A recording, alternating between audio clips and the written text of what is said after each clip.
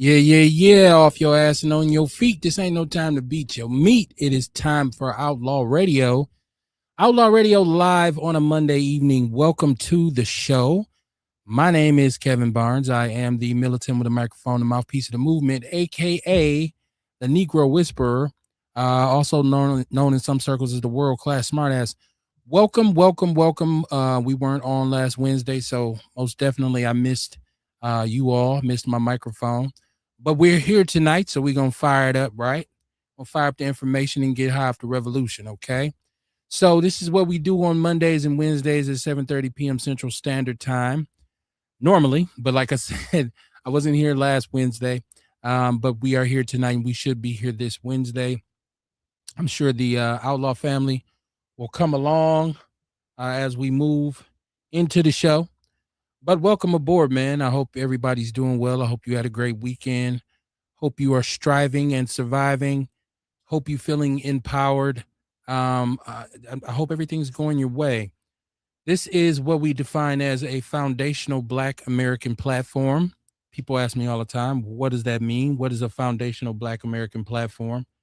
A foundational Black American platform is one that talks and discusses things that are pertinent and relevant to the Black experience in Milwaukee, the foundational Black experience in America. The things that we go through, the things that we care about are what's most important on our show. So if it's something that's on the minds or the hearts of Black people, you're going to hear it discussed on our show. So share the show, hit like, hit follow. I do have a phone number associated with the show.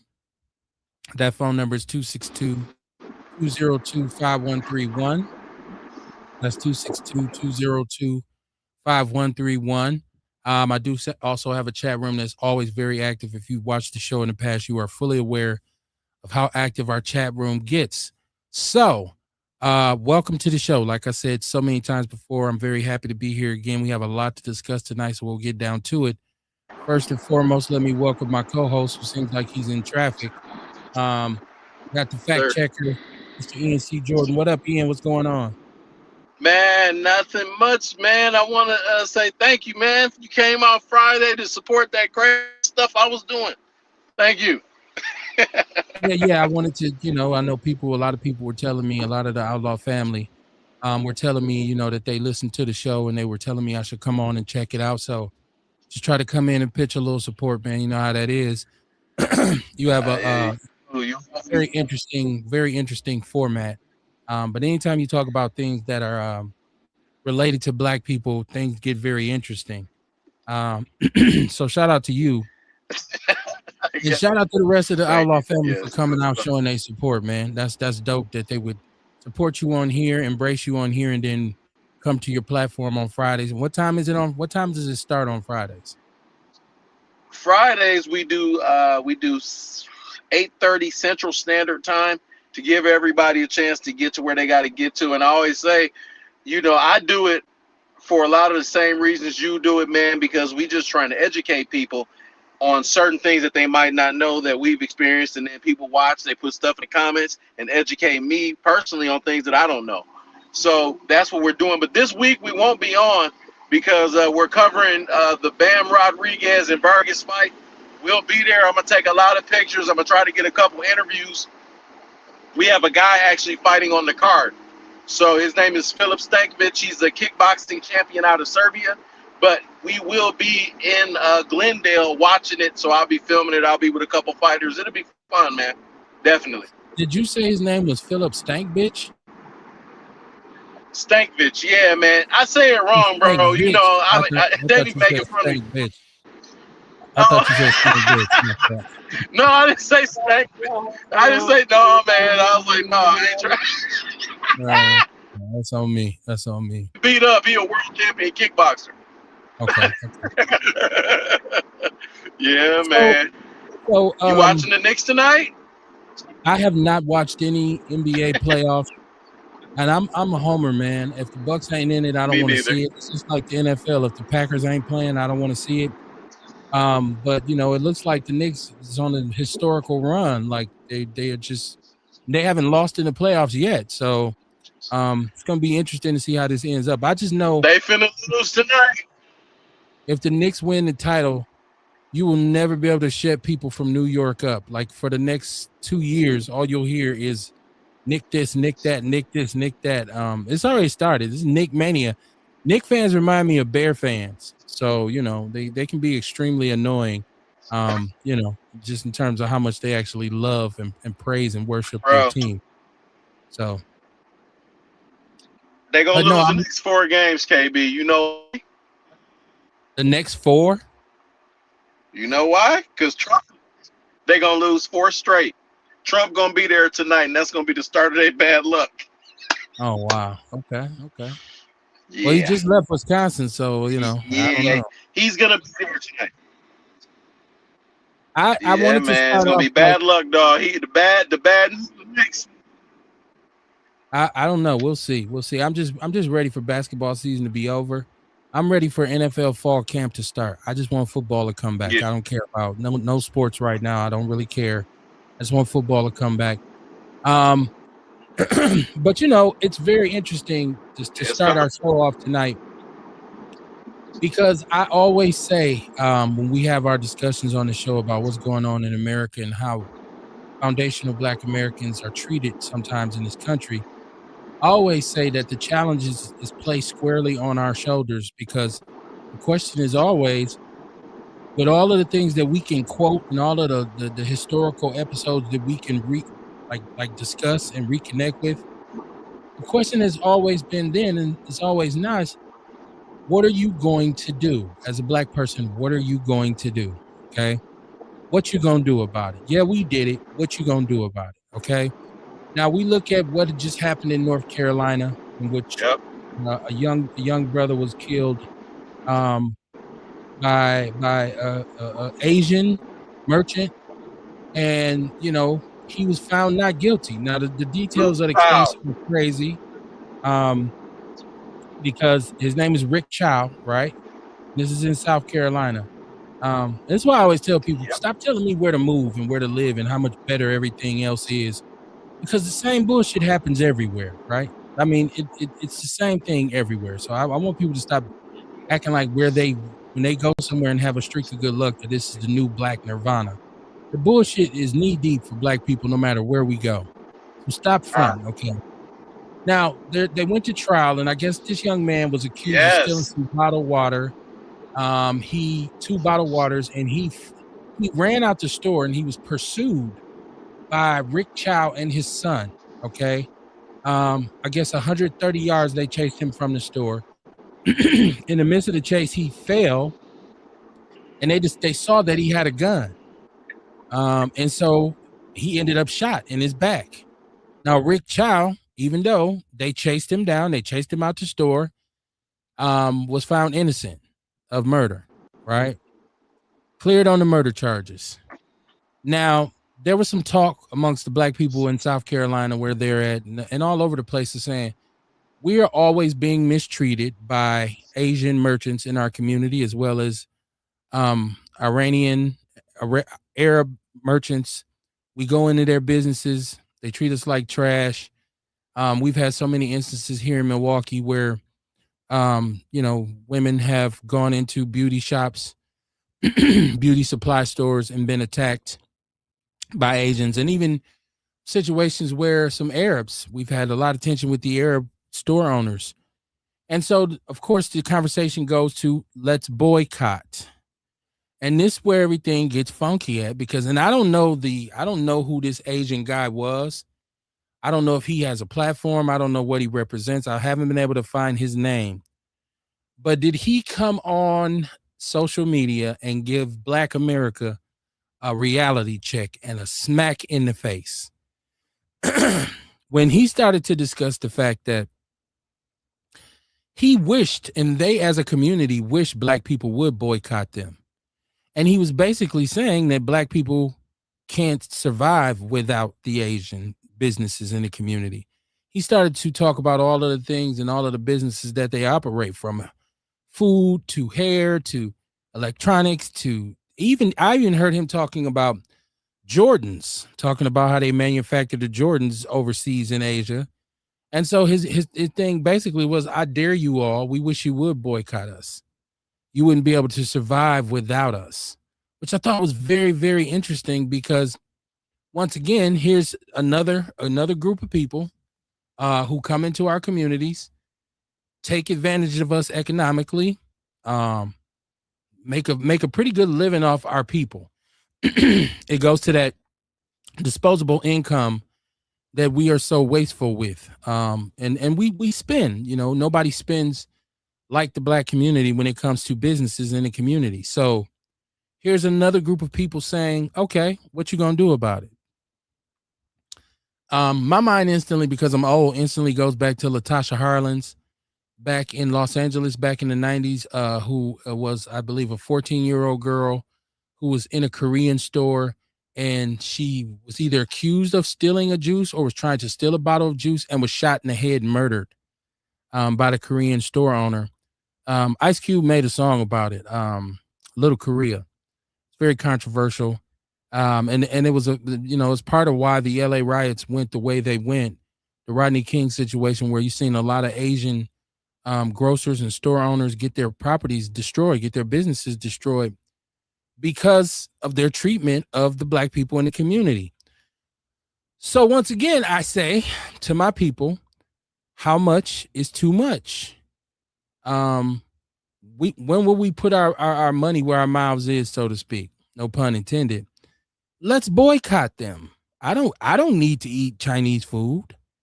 I don't shop primarily with Asian merchants. It's not a necessity where I live. Although the Hmong community is pretty big over here, we do eat Asian food from time to time. But black people, we love to go to hibachi, and we love Chinese food, and like he was saying, with our talking about the stereos in our cars and all the electronics that we depend on, and it just felt very cocky and very disrespectful for this individual. And I wish I don't know his name. I can bring up the video. I can bring up the video and play it for you all, and let you hear it, because it's so disrespectful. It is so disrespectful, right? Like, and it is a reminder. It's like the white people who, it's like with Trump. No matter what he does, no matter what kind of crazy um legislation he comes up with that'll harm us, we still don't do anything. We still kind of just sit back on our laurels, and I just think it's crazy that when will we um when will we show and improve? When will we make an example out of some of these people who mistreat us? Right? Because a lot of this shit that we, like I said, a lot of the stuff that we get from these Asian stores and whatnot, we don't even need it. You know, most Jordans are retro Jordans, which means they first came out 30 plus years ago. That's not something that you need. That's not a necessity. That's not something you can't live without. And we certainly do not, absolutely do not need under no circumstances to eat Chinese food. And a lot of times it's not even safe. We talk about Chinese food with them cooking cats and dogs and all kinds of shit. Even Trump said they eating your pets, right? Like, so I just think it's time for Black America to make a statement. I think it's time for us to show these people that we don't have to spend our money with you. Okay. We don't have to come into your businesses. And especially when it comes to black hair products, because we buy, our sisters wear the wigs and the weaves, and they go into these beauty supply stores and they spend a lot of money. These people are sending their children to college, they don't live in a community with us. They actually live in the suburbs. And so this is one of those things that I'm talking about. Let me see if I can play this for you all and you can hear it. Shout out to Brendan Hayes. He's in the People's News Network. I posted that story in the People's News Network. He also posted it. Let me go to my chat room. Erica Hunt's in the chat room. What up, Erica? You first in here tonight. How you doing? She said, what I don't like about this, regardless of what race it is, they always tell the black people today, you're not organized enough. This ain't the early 1960s where black people stood on business for real. They're calling us a joke. Basically, that's what they're doing. It's calling us a joke, right? That's pretty much what it is. And like I said, it's saying, what are you going to do? Okay. I'm going to play this audio for you all. I'm not going to show the video. I'm just going to play it and let you all hear what he's saying.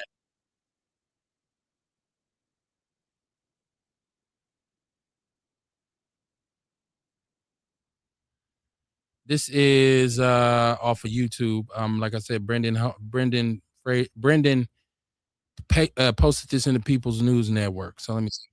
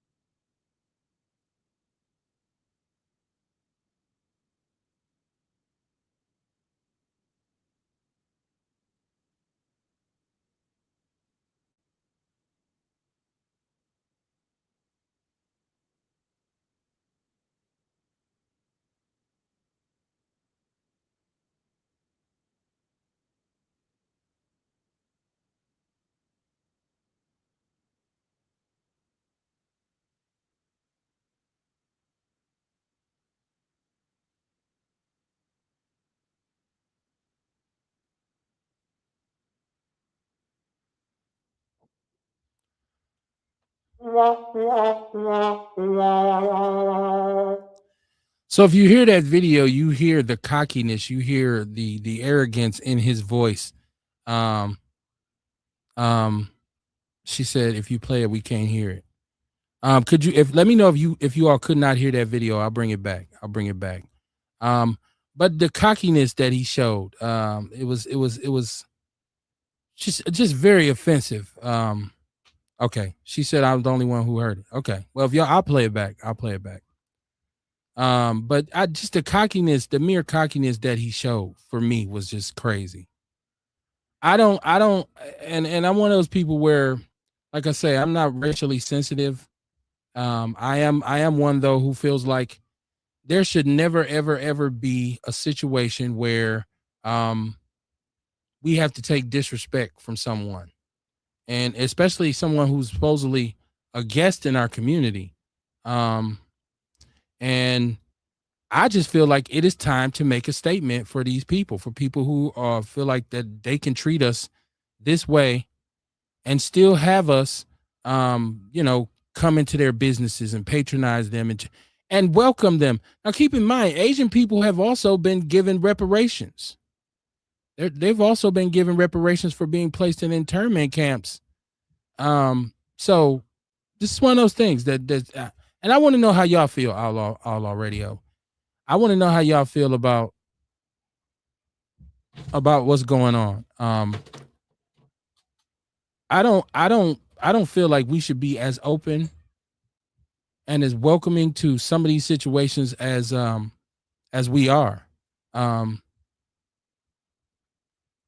this is Erica Hunt saying I'm tired of our community ironically being the target, the threat and the joke.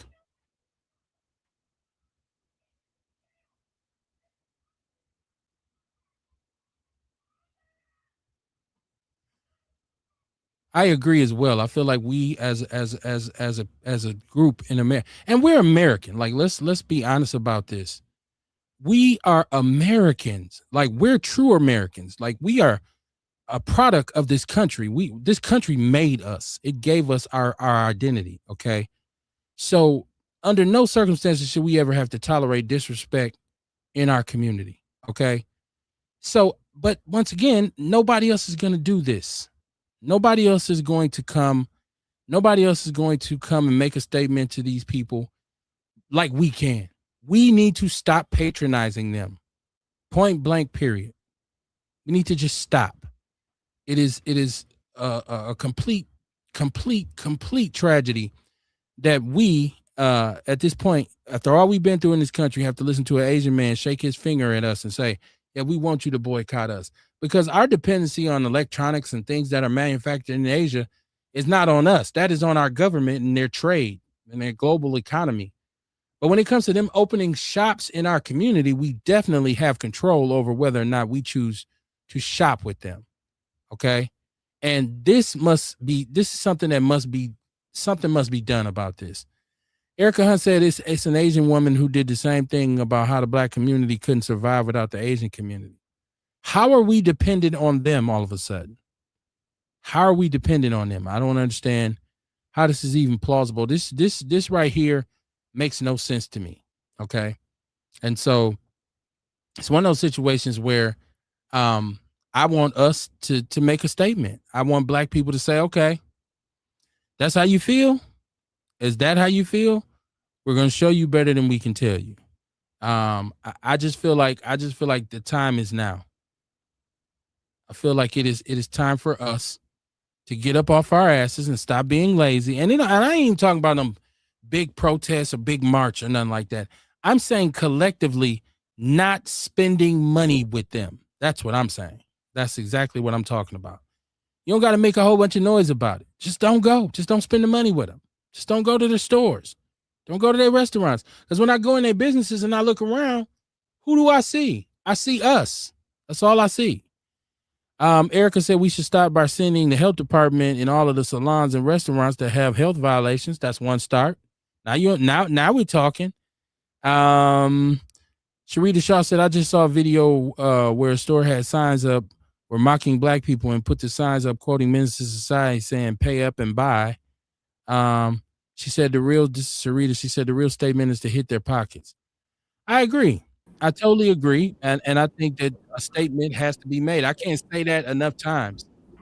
I can't state how important it is that black people right now stop spending money with them, and show them that we are serious about when you mistreat us in our community, we're going to show you better than we can tell you. We're going to show you by shutting your business down. And they can make these videos all they want. This Asian guy, I'm gonna have to play it again because everybody's saying they couldn't hear it.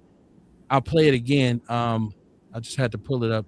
I just had the audio. I didn't want to show the video because I know a lot of us have seen this. It is in the People's News Network. Let me go to the People's News Network and pull this audio up again.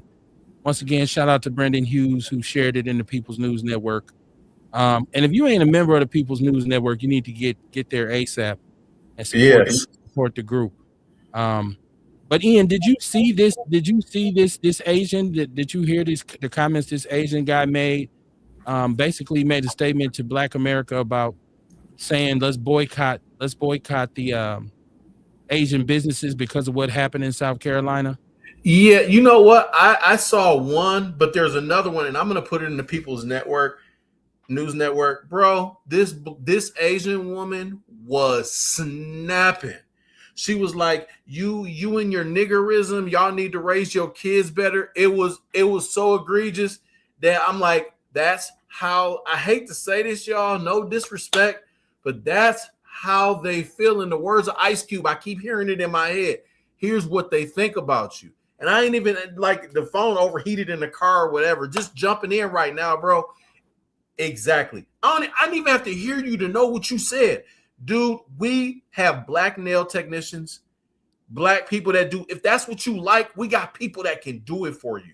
You know what I mean? Even if you got to go to, your friend's house or your cousin's house. You know what I mean? Stop support.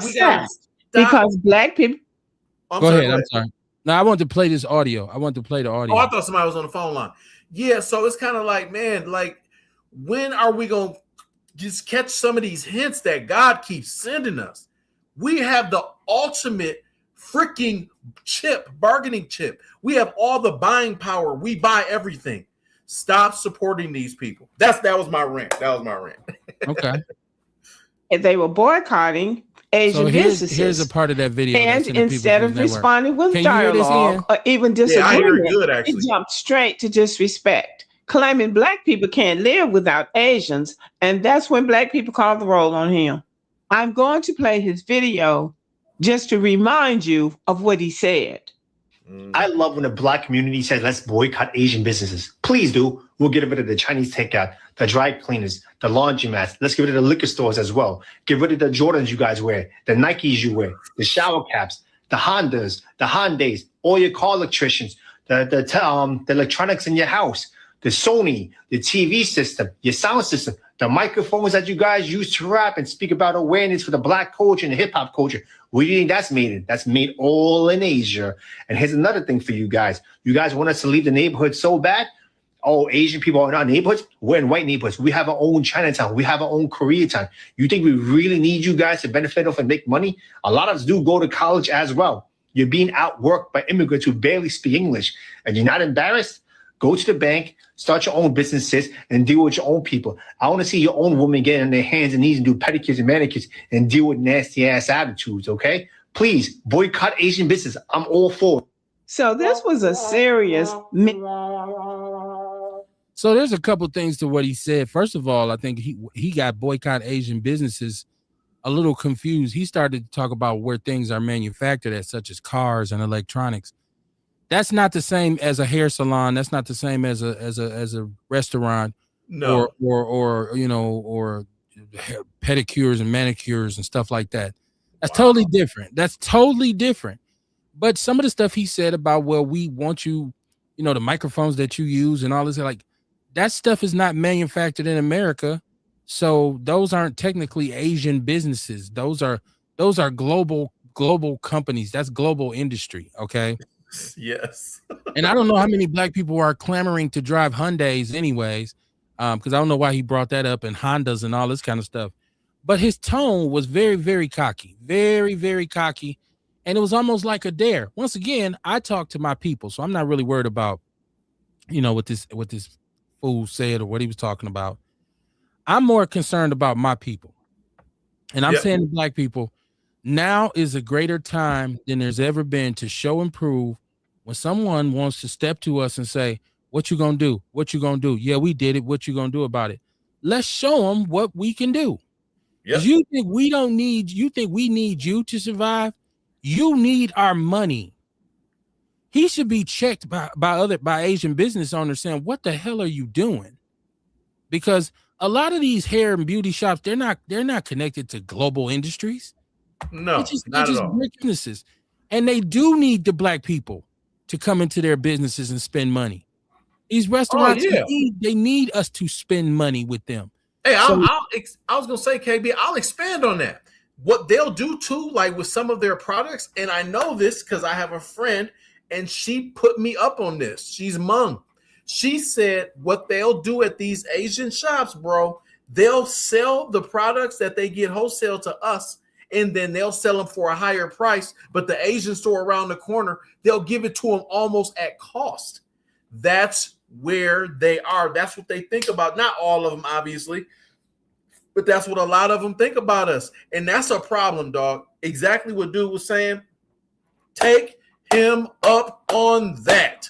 Exactly. Take that brother up on that. Yep, take him up on it. Let's stop doing that. Because honestly, you'll be surprised at how much we can do if we just don't support certain businesses. We still will do well. We make money. Our dollar actually means something. And the fact that so many people act like our dollar don't matter just shows you that they just love disrespecting Black people. And the solution is what you said, because I like solutions. The solution is stop supporting this shit.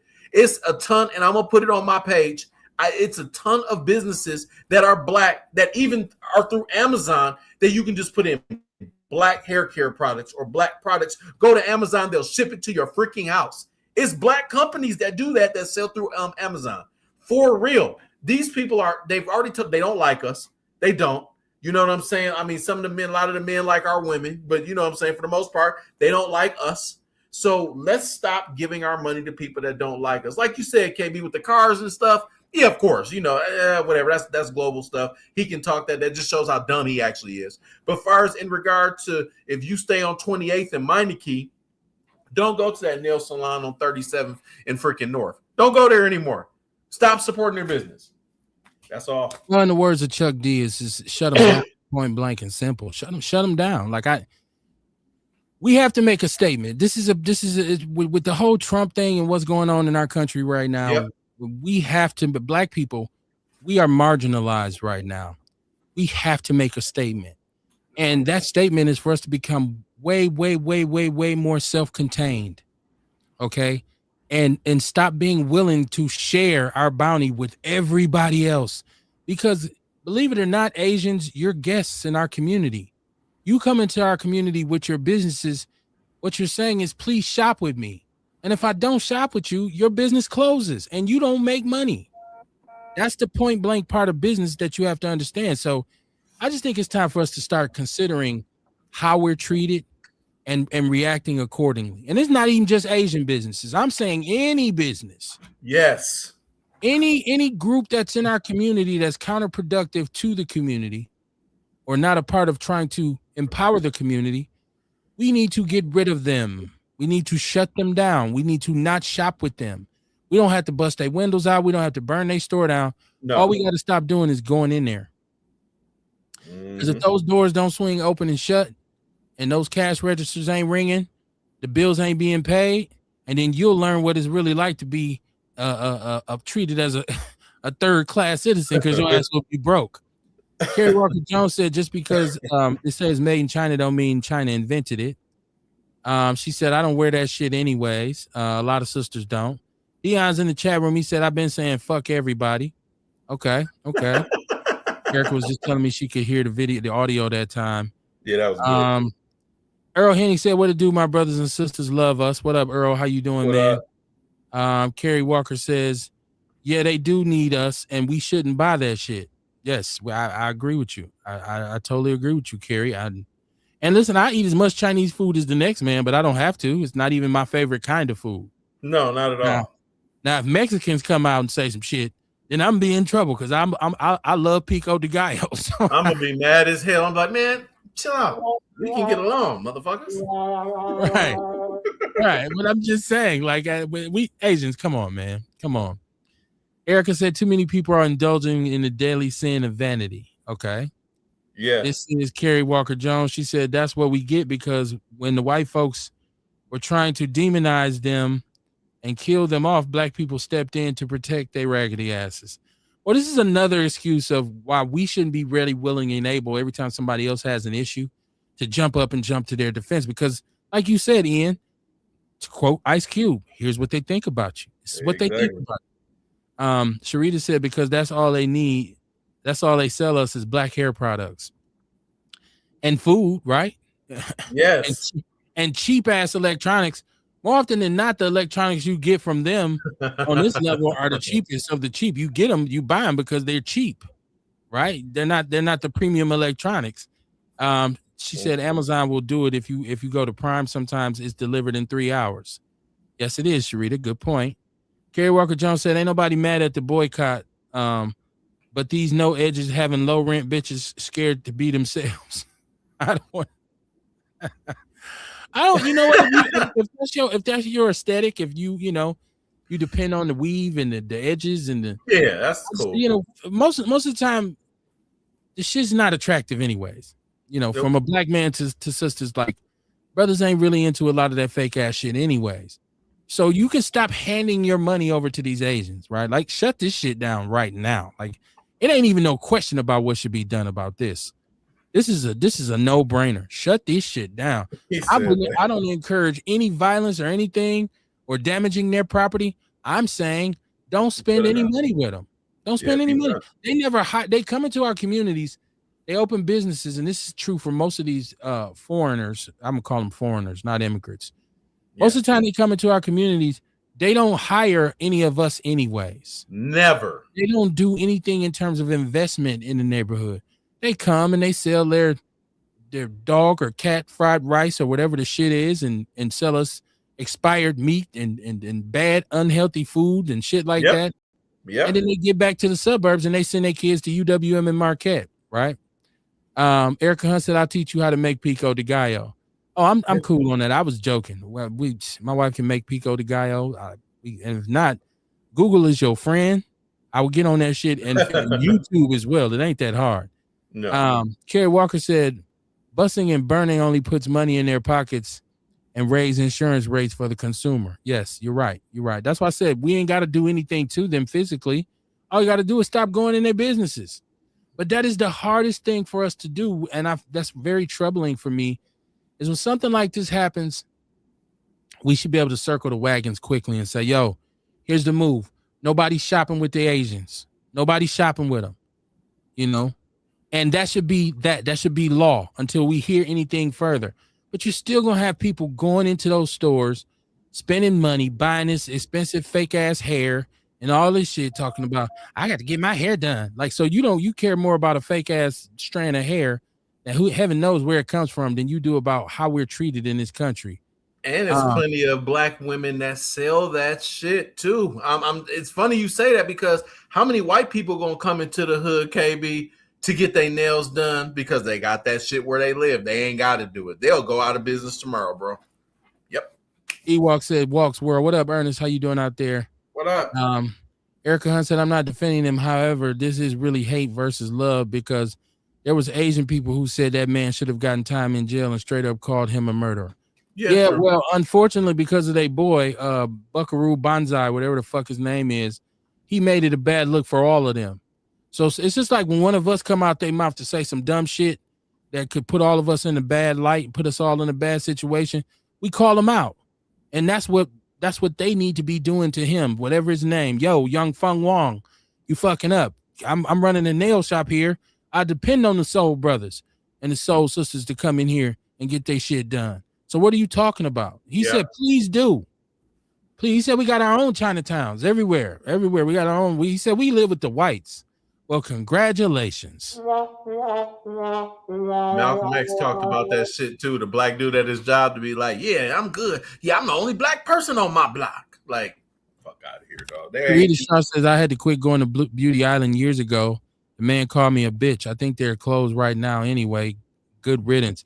Yeah, Beauty Island it really got tough with Beauty Island back in the 90s. Like, because they had situations where they were actually physically assaulting black customers. You know what I'm saying? So you can thank King for that. You can thank King for that too. He wasn't no joke. He approached them and that place across from Red Lobster too on the south side. Remember that restaurant that was competing with them? It was another freaking place. And King Rick went up there. I seen the video, and dude, they was shut down like 8 months after his video, dog. He snapped because the black girl got stuff thrown on her, liquor or whatever, and the people that worked there thought it was cool. Man, Rick went up there with his team. God bless the dead. But he went up there with his team, man. They shut that shit down, bro. People stopped going there. Look, I spent about 4 years running with the Panthers in Milwaukee, the original Black Panthers, with the general, Daryl Farmer. And I can say this, and people have their criticisms of him, and they can say what they want about him. But one thing he was he was very brave.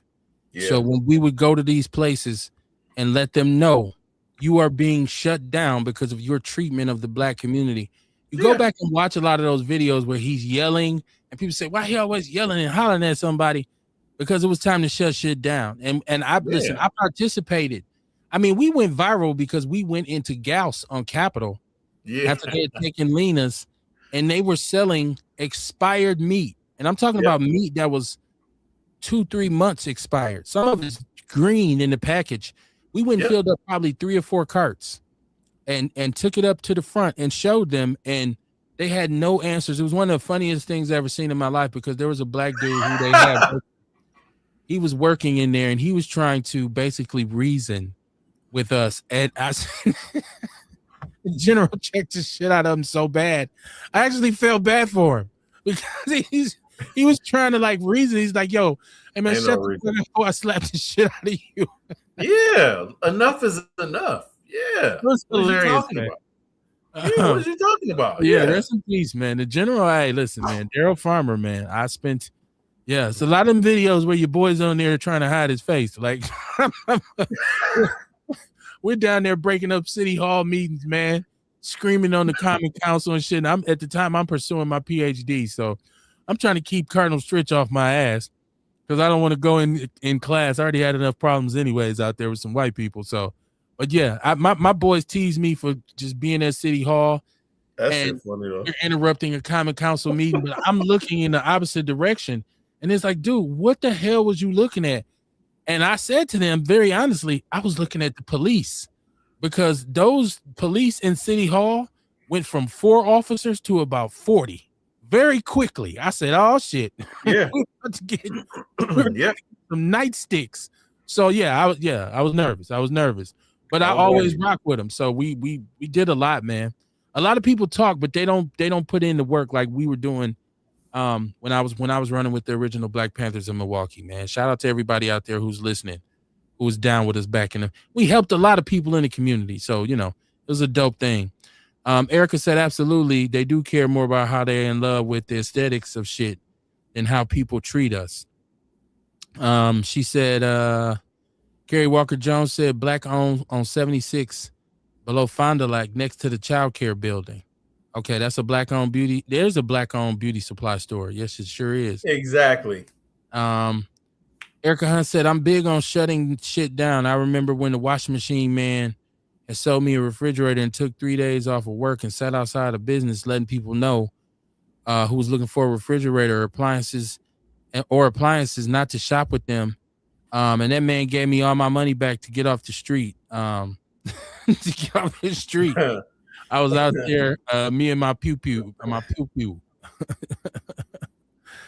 Sharita Shaw said, I saw some of those videos. Yes, man. I spent a lot of time with the Panthers. I spent, like I said, from 2016 to about probably 2019, 2020. I was rocking with them. Very, very. I was actually the director of communication. I hosted the weekly podcast that we did called the Panther Power Hour. So, I used to have a general here in my studio every Monday. I wasn't doing Outlaw Radio on Monday then. I was doing the Panther Power Hour on Monday. Then we would do Outlaw Radio on Tuesday. I think I was doing like 4 shows a week then, man. So, yeah, but a lot of time spent with the Panthers. So shout out to them. When you see Deacon Mikey Davis in the chat room, that's one of my neighborhood partners. He was rocking with us too. A bunch of the Panthers still support me with this show. So I'm very grateful for that. But yeah, so it's time to shut this shit down, man. It's time to shut this shit down. It's time for us to make a statement. And it's a challenge for me because I go to a black barber. He cuts my hair in a barbershop with all black barbers and black people. I don't need to buy Chinese hair products. I can go to Walmart and get me some hair grease. That's all I really need. I don't need any kind of extra products from them. Sharita Shaw said, my bonus daughter have a nail shop. If you shop in black, let me know. Kerry Walker said, messy Monday. Yeah, messy because this Asian guy made it that way. He made it that way. It wasn't no other factor. It was actually just him. He did make it messy Monday. I was watching that video. That's disturbing. I was tripping when I seen this video. The first time I seen it, I said, oh, word? Tell us how you really feel. You know what I mean? Like but we know anyways. We know how they feel about us. We know that what's most important to them is our money, right? So I know. Yep. But if people were so upset about Target for, attacking the DEI and all that, this should be the same kind of vitriol, same kind of thing. Except worse, because the CEOs of those quote unquote businesses are usually sitting right on the floor. You know what I'm saying? It should be way more personal. Black people have made so many of those shop owners not paid, not okay, rich, literally rich. Man, I don't understand it. I'm telling you, I don't understand this shit, dog. I don't get it. It's very simple. Very simple. Who is this? Sharita? Oh, this is Erica. Says, sound like you need to rebuild the Milwaukee chapter of the Black Panthers. You know what? There's been some discussion on that kind of thing for years. She said you should rebuild it, Carrie. There's been some discussion on that for years, but once again, you have to have somebody who is brave enough to do it. Like I said, all the criticisms that Brother Rick got from people, a lot of people, and there was a lot of people who were just on his head. The brother was very brave, very brave. I seen him stand toe to toe with police, sheriff deputies, business owners. We go in businesses. Sometimes they was waiting on us to come. Get the fuck out of my store. And I was, hey man, what's happening? Like it was a lot of times we went into dangerous communities and did patrols. And he would talk to the people. He would talk to the thugs. He would talk to, the gangsters, the hoodlums. And everybody's not brave enough to do that. Everybody's not brave enough to do that. So it would take somebody who had that kind of fortitude.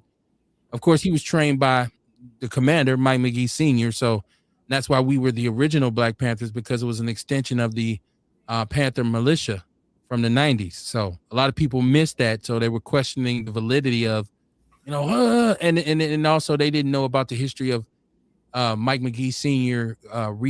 Making sure that the charter for being a Panther party, he had gotten it back and gotten it secured upon it being taken from the original Panthers in Milwaukee.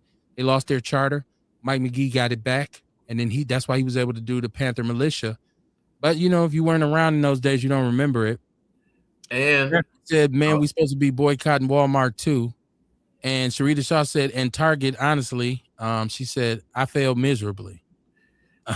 Brendan Hayes, he said, Carmelo Anthony. Oh, we're going to get to that, Brendan. We're going to get to that. Hey, I was going to say really quick, though, everybody, make sure you support Michael McGee's other son. He's in the food business. Right.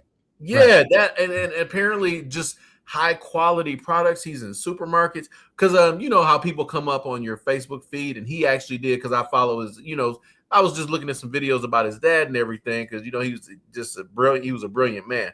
But then his son came up because his son posts a lot of stuff about Mr. McGee Sr. And when I seen that, I was so impressed, man. The packaging is excellent. They have multiple stores. Almost went out of not almost went out of business. I don't want to say that, but they had issues where after the pandemic, they were doing things. Oh yeah, they were doing those kind of like food shows. You know what I'm saying? They had like a food truck or something, and people were telling them, "Oh, okay, you can go into something else." Man, this brother switched it up, and now they just started doing frozen stuff and going to supermarkets. Just an awesome story, man. I love it. Well, he has Funky Fresh Spring Rolls. He's actually been on here. He's been on Outlaw Radio. He's actually very funny. Like, he puts up a lot of funny videos. Brilliant, dude. On Facebook. And he does put up a lot of stuff to pay homage to his dad. Yeah, he does. But he has a partnership with Palermo's. Wow. To get to be in major stores. So he's in major grocery stores. So he started in the Sherman Phoenix. Then he moved up from there. So yeah. So once again, amazing, dude. Just a brilliant businessman, because I don't think people understand how hard it is to get a deal with Palermo's. That is not easy to do, man. That's why something mass produced. Like, it's mass produced. And I think that was the problem that, because how you marketed it, once you get with a major company, how they market your business in a store, in a grocery store, and how things are placed has a lot to do with, how much product you can actually sell. But I think he's back to doing pretty well now. But yeah, he's definitely need to support that brother. Earl Henny said, fuck rice eating people. Sharita Shaw said he was huge as fuck. You talking about the general? 6'7". He was 6'7". He always said he was 350 pounds. He used to call himself the biggest panther in the jungle. He was a big dude, man. He was a big dude. And once again, this is some of the funnier stories that I would have from my days with the Panthers were centered around when we would go somewhere and he would come in. He'd have a very loud, booming voice. People would be terrified of this dude because he was huge. He was a very, very big dude, man. And so when we would come through the door and he would go to just bellowing, I used to watch a lot of people just melt, man. And he had his thing where he would turn and say, "Hey, shut the fuck up." before I slap you. And I used to say that, yo, man, you can't be telling other grown men you're gonna slap them and shit. Yes, you can. Yes. That's what he used to say. He said, hey, Kev, I can and I will. I will slap it. I came here for the people, man. I ain't trying to hear nothing else. So it used to be hilarious, man. Hold on, I can and I will. He used to say that to me. I'm telling you, I used to say, yo, General, man, because we would go and we would do whatever we had to do. We would be leaving, and I'd be driving because he always rode with me. Like I was like his number 2, so he always rode with me. So we'd be driving, and I say, yo, man, you can't be telling grown ass men you gonna slap the shit out of them and don't shut the fuck up. And he would look at me and say, Kevin, I can and I will. I can and I will. So you see one of these days. And I was like, if you do that, we're all gonna have to fight, right? He'd be like, yeah, we're gonna all have to fight, man. I know people like that. That's why that's so funny to me. I got a couple uncles like that. Like, dog, that's a grown man. You can't. I can and I will. I'm like, shit. It's just the thing was he would say, like, we would all, before we would go somewhere, he would say, yo, if you are in a situation where you don't want to, the shit get tense and it goes down, if that's not something you're interested in, then you don't have to come. Like if we're going on patrols, he say, this might get dangerous. And some people would say, you know what, I'm okay. I'm because we had some members who were older, and so they'd be like, I ain't really not really with that, and they would leave. But see, I was a cheerleader for foolishness, so I was always with the shit. I'm like, let's go, man. Let's see, let's go up in here, man. So yeah, we would go up in the tobacco, like they were selling K2. They were selling like the K2 in the smoke shops and all this kind of stuff, man. That. We used to go in there and ride on these Arabs, man. And they would initially raise up like they wanted to do something. Man, we would be like, if you don't sit your ass down. Come on, bro. Come on. Like 25. You'd be like 25 deep. They'd be so shook, man. I didn't see the Panthers like congregate like that, like where they just be deep. And it's not a joke, bro. Like when David King was running, he had, God rest his soul, he had King Rick come up there. He had like 4 or 5, brolic cats with him at just David's thing, going into a church. I'm like, dude, I'm like, these motherfuckers, man. He's like, yeah, man, that's my friend. We play ball together. David King know a lot of people. And you know what, real quick, because I know you got to read that. Bro, what is up with what's his name? Sherwin Hughes. What is up with him, man?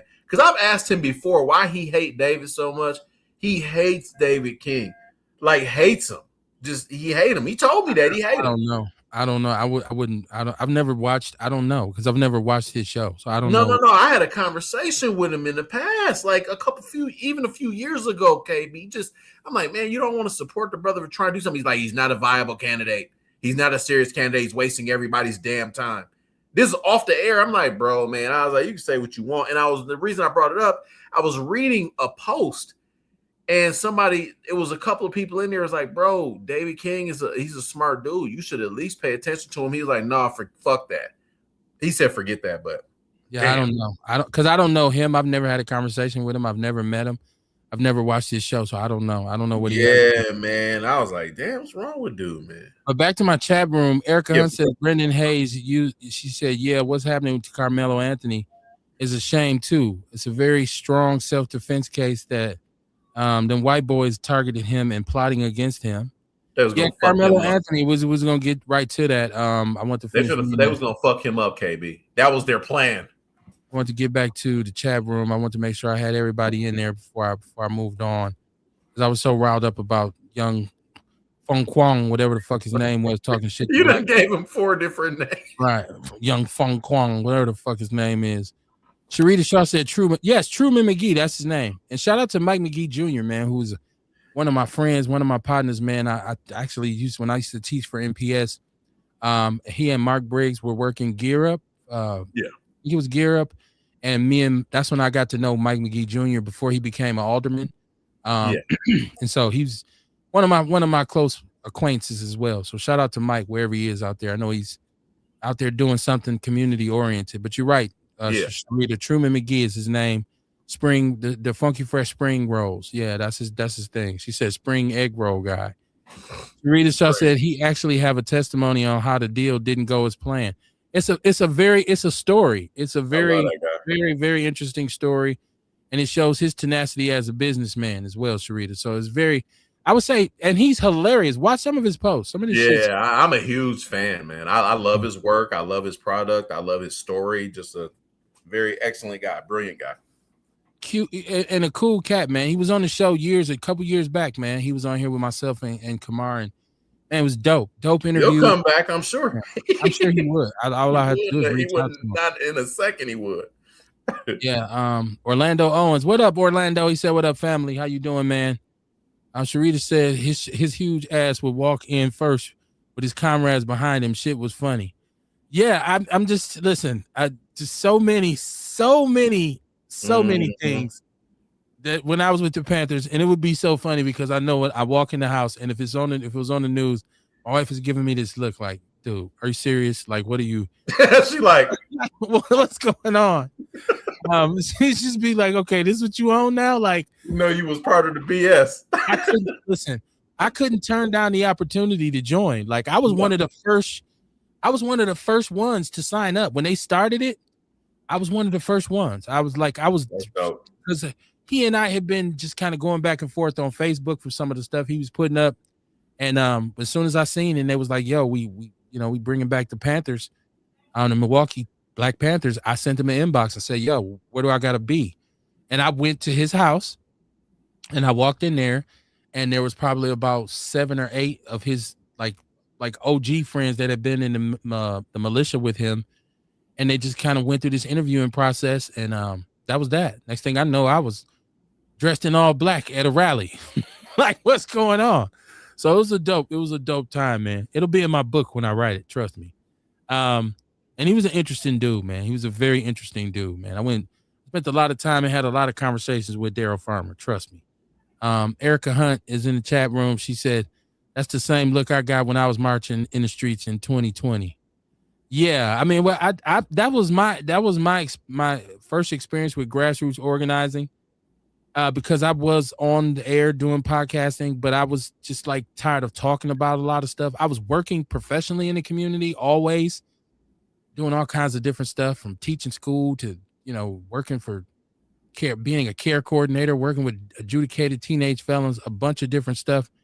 But I said, I got to get down. And so when the gas station burned that night, when they burned that gas station on Burleigh, my brother, my one of my co-hosts at the time, T. Brad, and my brother Bear Meat and I, as soon as we heard it was on fire, we got off there. We were actually on the air. We jumped off the air and jumped in the cars and went down there, and I stood right across the street from that gas station. And my brother and I, and I seen Rick, and I said, man, what you doing out here? Like, it's probably not a safe place for you to be. And we stood there, man, and we saw the riot squad come up the street with the shields, with the boots, and I seen them young people send them the other way. I'm talking about rocks, bottles, sticks, gunshots, whatever. I seen the young people in Milwaukee. Them kids down there wasn't playing that night, man. Nope. They had them police hiding behind cars with them shields, man. I said, wow, it was crazy to see, man. The city was on fire, man. We just drove through the city, man. We drove all through the hood. My brother and I, we just drove through the city, man, just going to different spots, checking out what was going on. So, yeah, I remember myself and the general standing there just watching it, because we had been down there when the first incident happened, when he shot in the air. The Arab who owns that gas station shot in the air at some young people who had came in the store and that was kind of ravaging the store. They came from the park across the street from Washington Park, from Sherman Park. We had went down there then and shut the store down. We shut down the parking lot and everything. Police came, you can't block people from coming in. He's just crazy, man. It was just crazy. But yeah, so, I know all about that. But as far as Carmelo Anthony goes, now, am I to understand that his jury has been picked and it's an all white jury? And the testimony that's being given, because the case is, was this self-defense, and were these young men meaning to do harm to him because they didn't like him being, they felt like he was somewhere he shouldn't have been. Now, the testimony that I seen today from one of the young people who was there certainly sounded to me like this was a case where you had these young white men, young white guys, teenagers who were athletes at the school, football players. They were bigger than him, and it sounds like there had been some history of some harassment of some sort. And because he had a weapon. He had that weapon to protect himself for some reason. But, you know, people are saying, well, it's not fair because he's got an all-white jury. Now, the prosecutor in this case is actually black, which is crazy. And they were saying that this is strategic because they wanted a lawyer that would be able to appeal to any potential black jurors. But from my understanding, there are none. You know, this is crazy to see how this is going to go. You know, this is Sharita. She said, my ghetto ass was coming out of Wes's, the bar on Burleigh. That shit was nuts. Yes, it was a crazy night. It was a very crazy night. I think I came home that night. My brother and I came home, finally got off the streets around 2:30, 3:30 in the morning. Because we just spent so much time down in, and I live far away from that shit. So I really didn't, and people was like, you stupid. Like, why would you go to the shit? Right? Like, why would you go do the shit? Like, you stupid. I told you, man. I was like, tremendous action junkie, man. Just like, yes, sir. I could tell. I'm going to the fight. I ain't running from the fight, right? I'm going. I Wolverine shit. I wanted to see it, but you know what? I ain't gonna lie. When the way that gas station was burning, the first thing that came to my mind was how much gas is underground in those tanks that's sitting. Yeah. And I knew then that there was a system. They have a system in place to prevent explosions from these tanks. But had that thing just failed, that was a whole lot of gas. And I said, shit, this whole damn block would be gone. And that was eventually where my brother said, man, let's get the hell up out of here, man. So, you know, let me see. This is Orlando. He said, not all white, just not any FBA, but FBA was part of the jury selection. But did make the jury selection. Okay. Yeah, you know, listen, all skin folk ain't kin folk, man. It's just like I was saying with these Asian people. If they want to challenge us, if you want to call our bluff and say, yeah, please boycott us and this kind of thing, then we should be side-eyeing any of us who are still patronizing these businesses. We should be looking at each other saying, what the hell is you doing? Don't shop there. Don't shop there. That should be something we should be saying to each other. Instead of us, like if he want to talk about your tennis shoes and your Jordans, and I've been saying forever, that Jordan shit was some bullshit. I've been saying forever, black people were way too obsessed with these Jordans that are made in sweatshops overseas in Asia, right? We know a lot of jobs. America lost a lot of jobs. I'm coming off like one of these good old boys. America lost a lot of jobs because they were outsourced to Asia because you can pay them $2 an hour and don't give them benefits. So, you know, that him bragging on that is like, once again, a slap in the face. Whether he knows it or not, it's not just to black people, it's to all Americans. So, you know, he said, this is Orlando. He said, didn't make the selection. Correction. Okay. I hear you, Orlando. But yeah, man, my prayers go to Carmelo Anthony's family. It's unfortunate that another young man was killed. But we know for a fact, and I can tell you this, you ain't seen no bullies until you see some white bullies.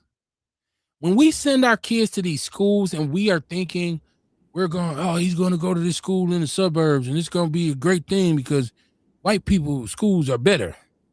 You cannot imagine the amount of bullying that a lot of black kids get going to these schools from these rich, wealthy, white suburban kids who, you know, might play football and he's a big time sports jock and he's given the benefit of the doubt by everybody in the school. So our kids are terrorized by these people, by these individuals. So it's unfortunate, but it sounds like, once again, why, and I hope this comes out during the trial, why did Carmelo Anthony feel the need to arm himself? Why did he feel, what made him say, I need to take me something to school? They don't care about none of that. That's logical and intelligent. They don't care about none of that. They just wanted to be like, oh, He stabbed somebody. That's the way they really want it to be, bro. Like I can't. My daughter went through that a lot too, man. As far as the her suit, my son did he I told the story before, and people love to, like, some people. This MAGA teacher, a kid called my son. He looked at my son because my son, a lot of young ladies like him and stuff like that. He's a very personable young man. He's very intelligent. He's on the robotics team. He had a white kid, because he gets attention. White kid straight up said, "Haha, you an ape, just like Obama." Where the fuck do these people think that kid got that shit? And that's why I kept telling people, like, I don't understand how people can support this dumb shit, bro. Because he called my son an ape, and then the teacher. And see, I would have handled this differently when I was younger. But like I said, man, I have my Lord and Savior Jesus Christ, and I'm not a perfect person, but this would have been handled different because RJ went through the exact same thing. So my point is, the teacher said, "Oh, it's okay. He's overreacting." I'm not, because obviously we on a podcast, we on a live. I'm not going to say what my first reaction was, but I was talked off of the proverbial ledge. But my daughter went through the same thing, and she was at this Catholic school. And she got called a burnt chicken McNugget. You know, they put some shit on her locker or whatever. And they caught one of the kids that did it. And she was 11 or 12 at the time. I threatened him. I pulled up in my car. I made sure I just wanted to create an environment. I had my music playing loud when he was walking. I sped up, stopped my car, jumped out, and said, "Where the fuck is your father at?" The kid couldn't say nothing. I was like, "You calling my daughter a nigger? It's cool." So I went to the principal. We talked. And after I talked to the principal, I said specifically, whatever happens to RJ will happen to you. I told the dad that. He tried to shake my hand. I said, "I don't want to shake your hand, because that racism shit he learned that at your house. I'm sure he did." I was like, "Fuck you," and I walked out. No more problems. That kid left, actually. RJ graduated from that elementary school, or completed, not graduated. Miss Stewart taught me that. we complete we complete elementary school and grade school. We graduate from college. But yeah, man. That so far as that, Carmelo, the reason he had that knife, and I can speak from experience from my kids being in certain environments like that, is because they bullied the shit out of that kid probably all the time. I'm almost 1,000% sure of it. I hate them kind of people, Kev. I hate them. I shouldn't hate it. Said label whores. What? Label whores? People who still have to go and buy these Jordans and go. Oh, that was good. That's good, Shereen. Cheap ass knockoffs from these Asian people. Just because you want to have a Gucci sign on your butt or something like that, right? You get to the rest of this. Erica Hunt said, "I started to post a video I seen today. These white boys making these hate threats and crimes on social media. When it was brought to the FBI's attention, came to his house, and he just kept saying it's a joke and it's a freedom of speech, even though he felt like all women should have been unalived." Okay. Kerry Walker Jones said, "I know firsthand they fuck with you endlessly." Listen, I say this all the time to y'all. My first year and a half of college was spent in Wahpeton, North Dakota. Oh God. And I can tell you, in that year and a half, I graduated early because I made sure I said, "I'm getting out of here. I gotta go. I can't stay here." In that year and a half, I don't know how many fights I had with white dudes. I mean, it was a lot of them. And we would go to parties, we would go to bars, we would fight. It would be just big. I'm talking about brawls like you see on TV, like on the Dukes of Hazzard or some shit, because white boys wanted to just bully us. Like they weren't talking to us. I'm talking about, man, listen, seriously, like I've been in some bar fights that you say, "Man, you seen that shit on TV." If I tell you the story, you say, "Okay, you seen that in a movie." No, this shit really happened. I believe all of it. Their attitude towards us, they let us know we weren't welcome there. Nope. For real, they let us know we weren't welcome there, and we just wasn't having it. And so it got to the point where our coaches would just be so pissed at us, like, "Yo, like y'all act like y'all can't, like y'all can't just ignore some shit," like, because it always ended up with one of them getting their ass whooped. And so, I mean, it all came to a head, man. I was at a party. I tell the story all the time. We were at a party at a boathouse in the park, and they rushed the boathouse because their parties had gotten shut down. And we had this young lady who was a sister, actually, one of the only sisters at the school, had rented out the boathouse in the park where you could rent the boathouse and have parties. And so we were in there, and she didn't want them in there. She didn't want the white girls because the white girls bullied her. And so they tried to rush us and come in anyways. Yep. Then that shit got so ugly. When I tell you, that shit got ugly. I mean, yeah, it was, it got bad. Like it was, a lot of people got hurt. Some people they got act hurt. like it's us, bro. They act like we the only ones that. A lot of it is self-defense. A lot of it is just you being paranoid because of those situations. I'm telling you, man, like you could have been Carmelo Anthony because of where you went to school at easily, actually. And that's what that's why I try not to have conversations with these people, man. It's interesting that you say that because I had to walk to class a lot by myself because, you know, I didn't have class with a lot of my teammates. So a lot of times I did go to class with a knife in my bag or in my pocket. You did. Like if they run up on me, I'm slicing and dicing. You from fucking Milwaukee, bro. I know you had a knife in your bag. I'm not surprised you didn't have a little 25 too. Shit. You fucking right. Thug. You fucking right, bro. All of the Atkinson and Capitol Drive came out of me every time when I was bro. I already know. Dude, without you saying it, I knew that shit. I'm like, Kev got something because he ain't crazy. Yeah. And I was my hands was special, so I was a primetime ass whooper. Believe me, my right hand is legendary in North Dakota. He said Deontay Wilder. Deion's on the line. What it do, man? What's going on, Deion? The champ is here. The motherfucking. I was shaving, man. So you know, I was listening to y'all. You know, listen, man. I'm anti everybody except for black. Fuck Mexicans, Puerto Ricans, whites, Asians, Koreans, Laos, Hmongs, whatever. I've been telling y'all.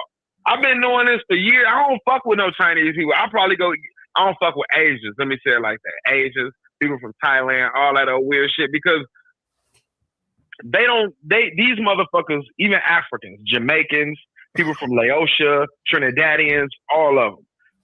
One thing that I like about Donald Trump, and I had to think about this today, he made white people show their true face. Because white people always been wholesome.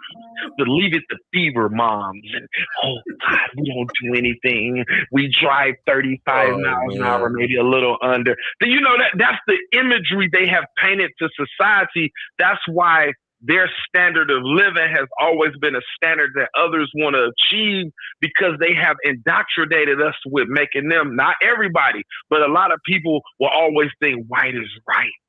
You feel what I'm saying? And then along came them, you know, and that's why I don't feel sorry. Like when the Palestinians, you know, it's fucked up over there what's happening in Gaza and all that. But when they come over here, a lot of those people from Palestinians, Indians, Arabs, Sikhs, Yemens, whoever, they try to assimilate to whiteness.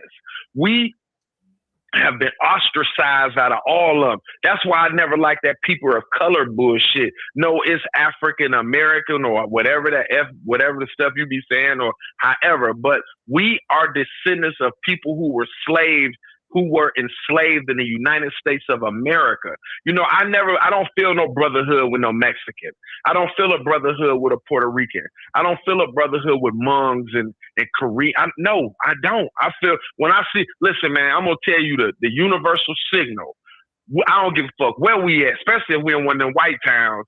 When you see a nigga, hey man, what's up? What the head nod. Nigga, I was in a town in Georgia when me and my girl went to the cabins.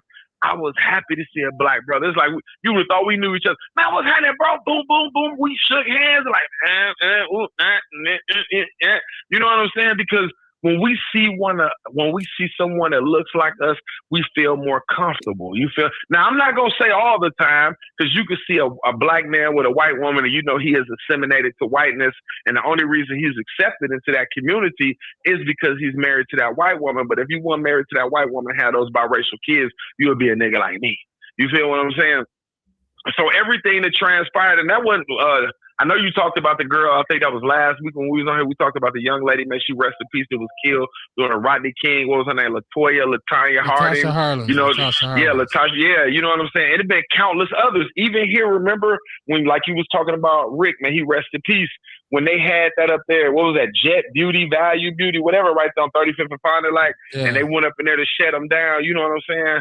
So the whole thing is like the whole thing is, you know what I'm saying? We need to come back to do for self.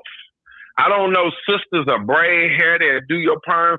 And it is a few sisters in here in Milwaukee that know how to do fingernails and toenails and stuff like that. We just need to start just learning how to do for self and try to contain stuff in our community and exclude them. You know, I had one like the one girl was talking to me, well, it's not going to be all Asians. See, that's the problem with you right there. When one black person do something, it's like a stigma on every nigga that walks the face of this earth. You know what I'm saying? One black person do something, and then, you know, we have to try to do whatever we can to try to prove that we're different. We try to look appealing. You know, that's why when I was younger, I stopped wearing earrings. I was going bald, but I cut my hair anyway. So because I wanted to conform I wanted to conform to make white people feel a little comfortable with being around me, because I knew I had to enter this world of corporate, or not corporate America, but this is the job market. And I wanted to go in there and look appealing and not threatening and things like that. But now I don't give a fuck though. Like I said, I ain't never slept outside the race. Cause I don't think white women really sense that from me. I ain't never had no white woman, no Mexican, no Puerto Rican, no none of that. It's always been black sisters. I love my sisters, because I don't think I give off that energy where they be like, oh, you understand what I'm saying? But I mean, I'm for it though. We could boycott them. You know, I don't eat Chinese food like that anyway.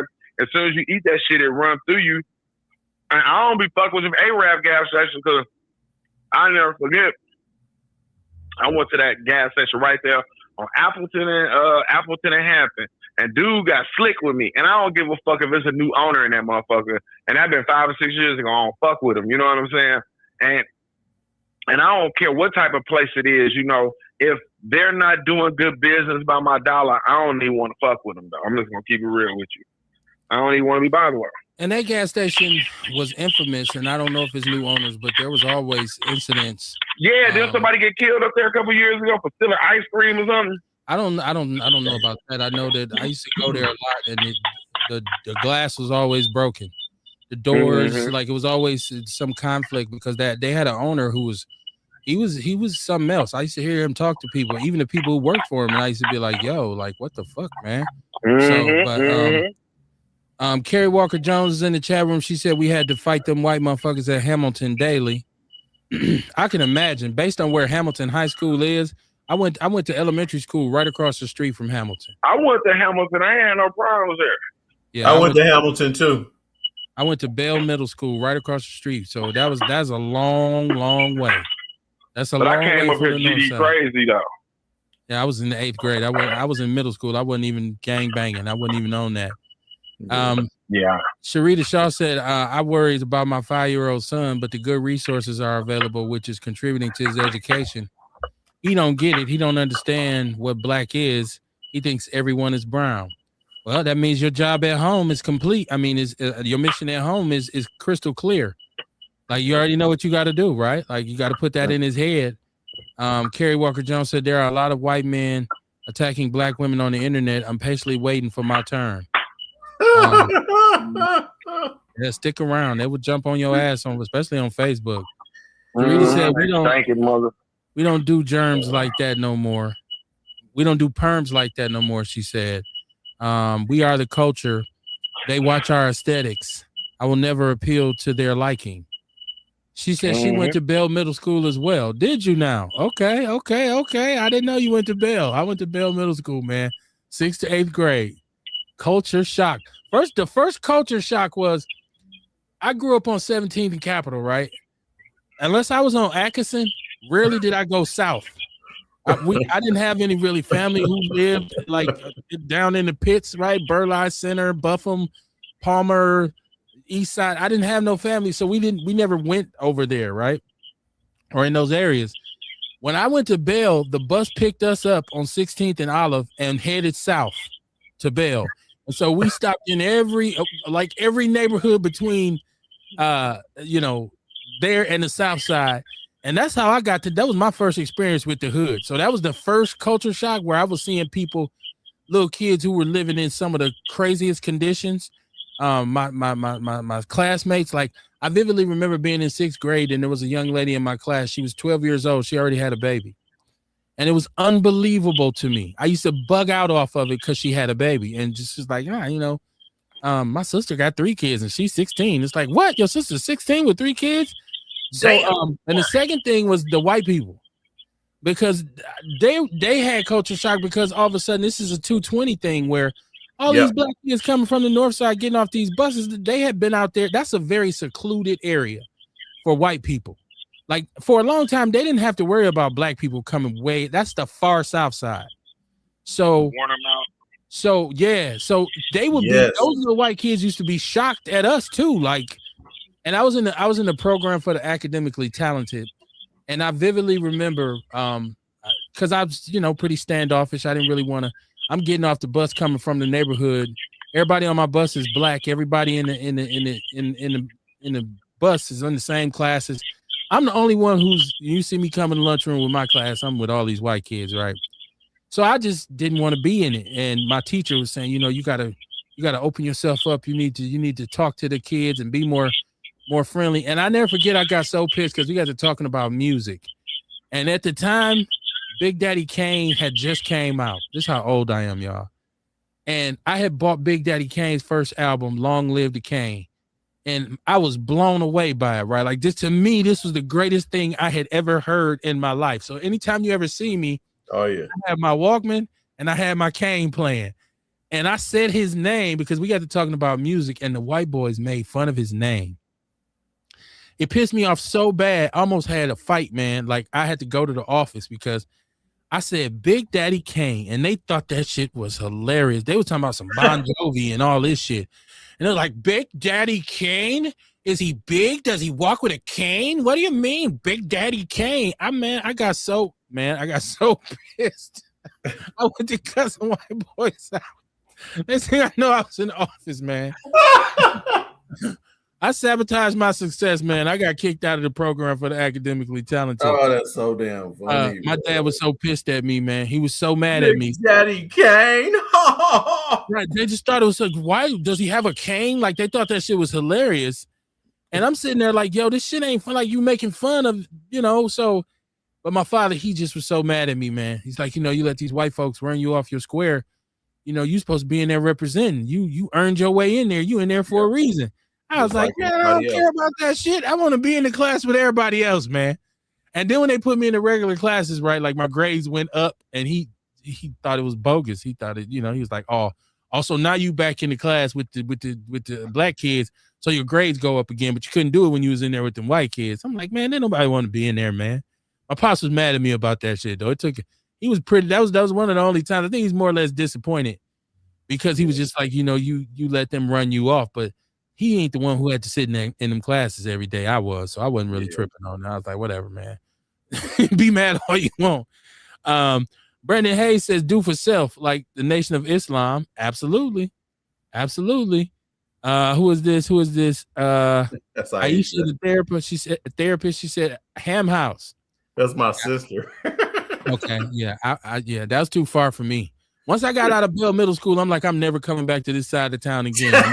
He went directly to King. I went to King, man. That shit was down the street from my house. I'm like, I'm going down the street. Actually, I wanted to go to Bayview because for some strange reason, I don't know what it was with me. They had an ROTC program, so I wanted to go. I wanted to be in the Air Force. And my father gave me a wake-up call, and he was like, do you know how far that is from here? And I'm like, no. And he was like, well, if you think Bell was far, this is farther, and you're going to be on the city bus. And I was like, it's farther than Bell? That was it for me. I said, okay. It was far. Yeah, he said, this is Ernest. He said, what street is Hamilton High School? Warnemont. 65th and Warnemont? I know Bell was on Warnemont. Yeah, they was right across the street. Right across the street. We could look out all of the windows in our school and see Hamilton. Sonia Thrower, how you doing? You got her in the chat room. She said, hi, guys. This is Sarita saying, let me go back up to this, y'all. My old ass. I can't hardly even see. All right, maybe I do need to get some glasses. He said my old ass can't see shit. Man, I be trying to read these comments sometimes. My shit be blurry in them. This is Aisha. You said this is your sister, Aisha, the therapist at 01. Kerry Walker said, no, they are physically attacking black women. You see it on Facebook. It's so ridiculous.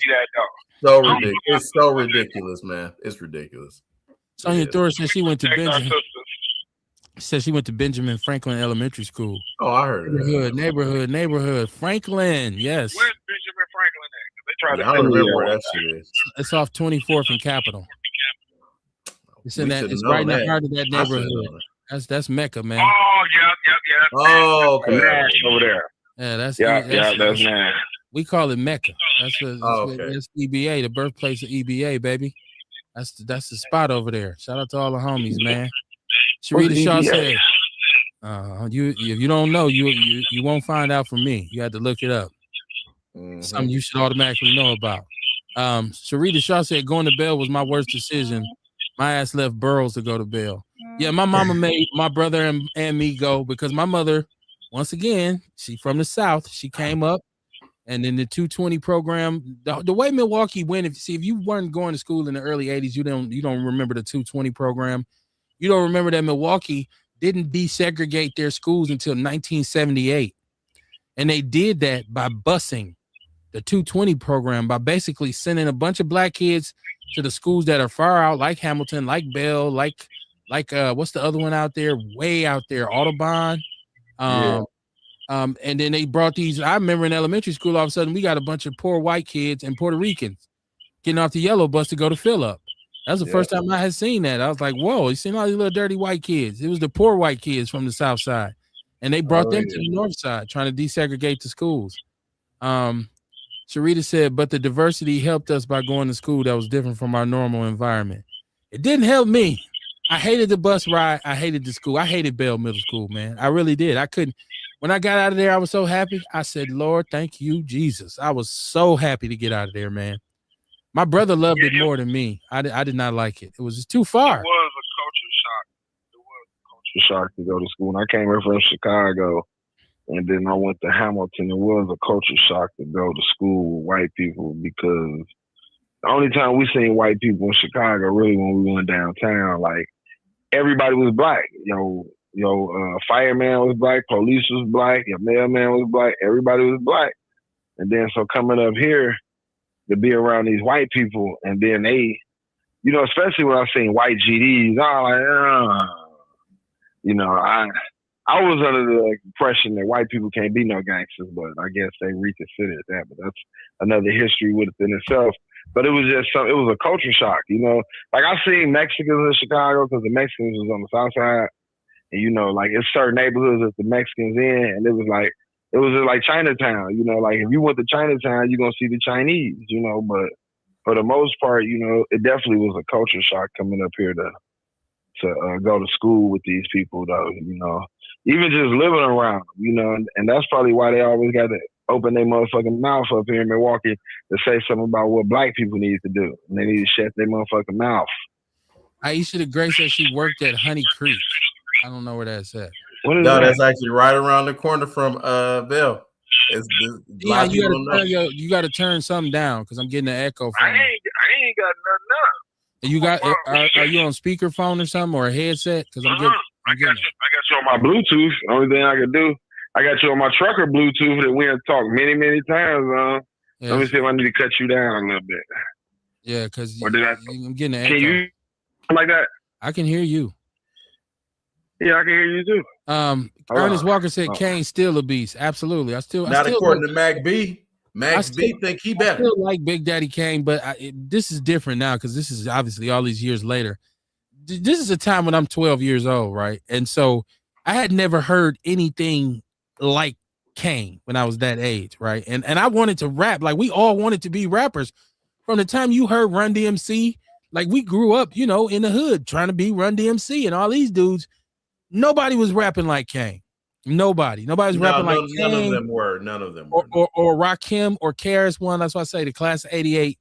But the first time I vividly remember hearing Kane, I my mind was gone. I was like, I said, I know right now I cannot be a rapper because I could never be that good. That's what I was thinking. Like, he was really good. It was, man. It was just I think though from that era, one of the dudes that really does not get the props that he deserves because he's so successful is LL.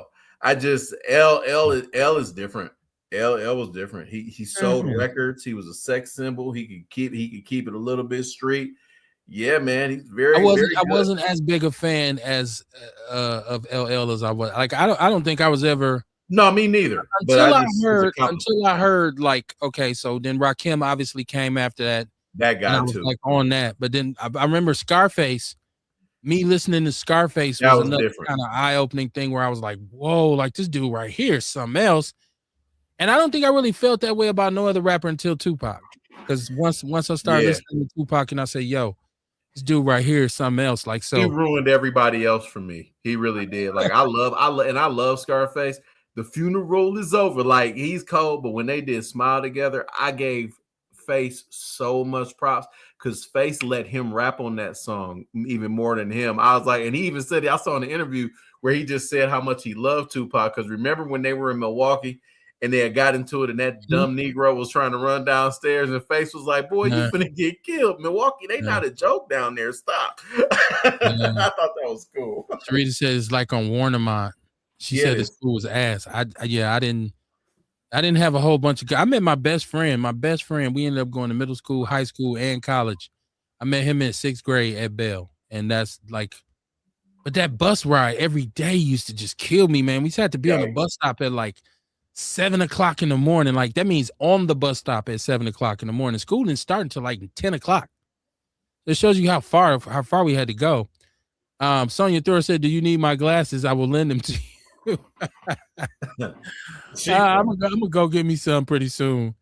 Sonia said, I really did have too many problems. With white people because they always say, I love being, but when they got to know me, they said, oh, you real nice. I think we missing some words there, Sonia.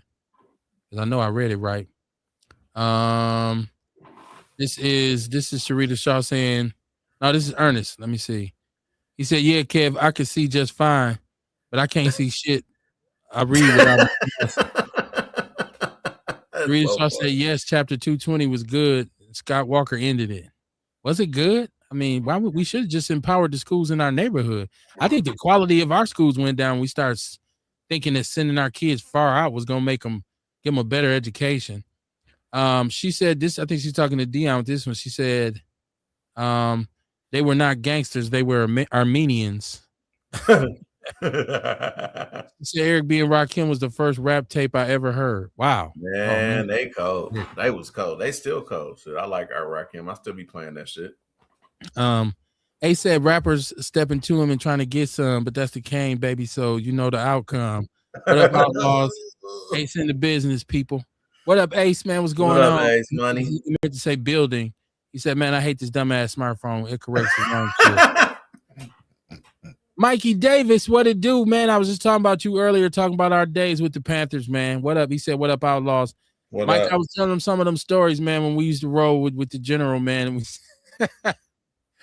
And people were talking about how big he was, and I was just relaying some of those stories where we would walk up in places and his big ass voice, his voice matched him. So his voice would just fill up the room and people would be shook. Like you could hear this dude from the outside the store, like, and man, some of those adventures. Mike was there for a lot of them, man. So shout out to you, Mikey. I don't know if y'all been paying attention to this, but this is something I've been looking at just because, once again, I'm a football guy. The Green Bay Packers is my team. Yeah. What the hell is going on with Brandon Jacobs? Yeah, man. I don't know. Brandon Jacobs, man. I don't know how many multitude of millions of dollars a year he makes. Living the life of Riley, is arrested on felony domestic violence charges, strangulation. It sound bad. It what seems in the hell is going on? Now he's been released from jail. His lawyers are saying this is all false. He's actually been back practicing. But this is just one of those situations where we see brothers go up to Green Bay and go to Madison and see brothers at the top of the food chain economically. And James a lot of times, well, yeah, James is different. Oh shit, man. You brought up even more heartbreak. Like brothers get on these levels, and most of the time it's white women that they get involved with and get in trouble, which is very, very crazy. Like, it's like, man, what the hell is going on, man? I don't have any details on that. I've just been trying to keep up with the story. And you know, I didn't. It sounds bad though. It honestly, they need to. From everything I'm seeing, I don't know if he's going to be convicted of any of this. Obviously, we don't know. Odds are he won't. But if there is a possibility, they have to pursue another running back. They just, from a business standpoint, they really should consider doing that, because the Packers have a good shot to be decent this year. I think they can, I think they can win 10. First of all, games. They should have. They need another back anyways. I mean, this last year. You got to offset him. He's injury prone. If he's a physical back, so injuries pile up on him. But you got to have a change of pace back. You got to have a third down back. You got to have a back. He's not going to be there every week. Out the backfield. So anyway, you got to get another running back anyways. And they let my man go. The other, I forget his name. The youngster. They let him go. The one who had really been coming on strong. I have no idea why they did that. Yeah, I don't know. That it is what it is. They're not a bad organization. Obviously, we love them, but I don't understand some of the movement. I mean, I know they was talking about the Joey Bosa. I don't know. I don't. And that was false anyways. I didn't think that they had signed Joey Bosa. No, not the fault that they were looking into it. Like, yeah, it would have been a wash, but that's a lot of money, man. I'm sorry. It just is. They got it. They print money. You ain't lying. Said, I never did ride the yellow bus. I caught the city bus or walked, and Benjamin Franklin was a block from my house. That was my neighborhood. Oh, okay. That's what's up, Sonia. Oh, what up, Sonia? On 17th and Capitol. So you ain't far from where I grew 13th. Up at. Okay. So yeah, Capitol Drive, baby. Ace Cooley said, you remember them skinheads from Hamilton chase some black kids from Bell? Yeah. You know, it's funny because Ace went to Bell with me. That is very coincidental. Ace went to Bell with me. I that's where I met him at. We were in the program for the academically talented. Ace, was you in there with us? I don't know. I know me and GT was in there. I thought you were in there as well, but I know I met Ace at Bell Middle School. We were in the 8th grade. Anthony Cooley. I didn't mean to say your government. My fault. I don't remember no skinheads though, chasing no kids from Bell. Mikey's making a funny face because he remembers those Panther days, boy. Those patrols used to get wild, man. Sonya Thrower, I was trying to say on that other one, people said I look too mean. You know me, then they changed it. Oh, okay. I knew something was missing. This is Ace. He said they don't realize. Let me get my blind ass up here, y'all. They don't realize. They don't realize the trap. Oh, you talking about with the white girls? I don't know. Sonia Thor said, I was trying to say the white people always say, okay, I read that. And then Sharita Shaw said, arranged marriages are calculated. Ernest Walker says she's white. Is Brandon Jacobs' girl white? Is she? I don't know. I feel bad. I actually just assumed that she was. But the thing is, though, yeah, it's the NFL. You know, a lot of athletes do, but and like I said, I don't care about that. But there is a text message thread that got released publicly, and they read it on the Up and Smoke podcast, as well as I believe the It Is What It Is podcast, where there was a white woman that had a thread with multiple younger white women. This was an NBA wife. And she gave step by step what to do when you get a black athlete. You get him when he's in college. You don't talk to any of his friends, but appear to be open, appear to be a certain way, but don't do anything with anyone. And if he gets hurt or something like that, then you can talk to another teammate, breaking it down like his mother, show his mother the ultimate respect. I mean, she broke it down, and it makes a lot of sense because I'm like, oh, wow, damn, she really was like educating these women on how to get these young athletes. And she was like, and when you have sex with him, be wild. There have been, like where they talk about too, if he want to have threesome, stuff like that, you got it. You know what I'm saying? Like appease him at every turn, and then have a couple kids and then divorce him. That's exactly what was in the thread. I'm like, oh my Lord, that's bad. Yeah, I can tell you this. Upon arriving in North Dakota as a freshman in college, especially leaving the north side of Milwaukee and particularly going to King, I can tell you the way white women pursued us as athletes, as black men, was crazy. So some validity to that then.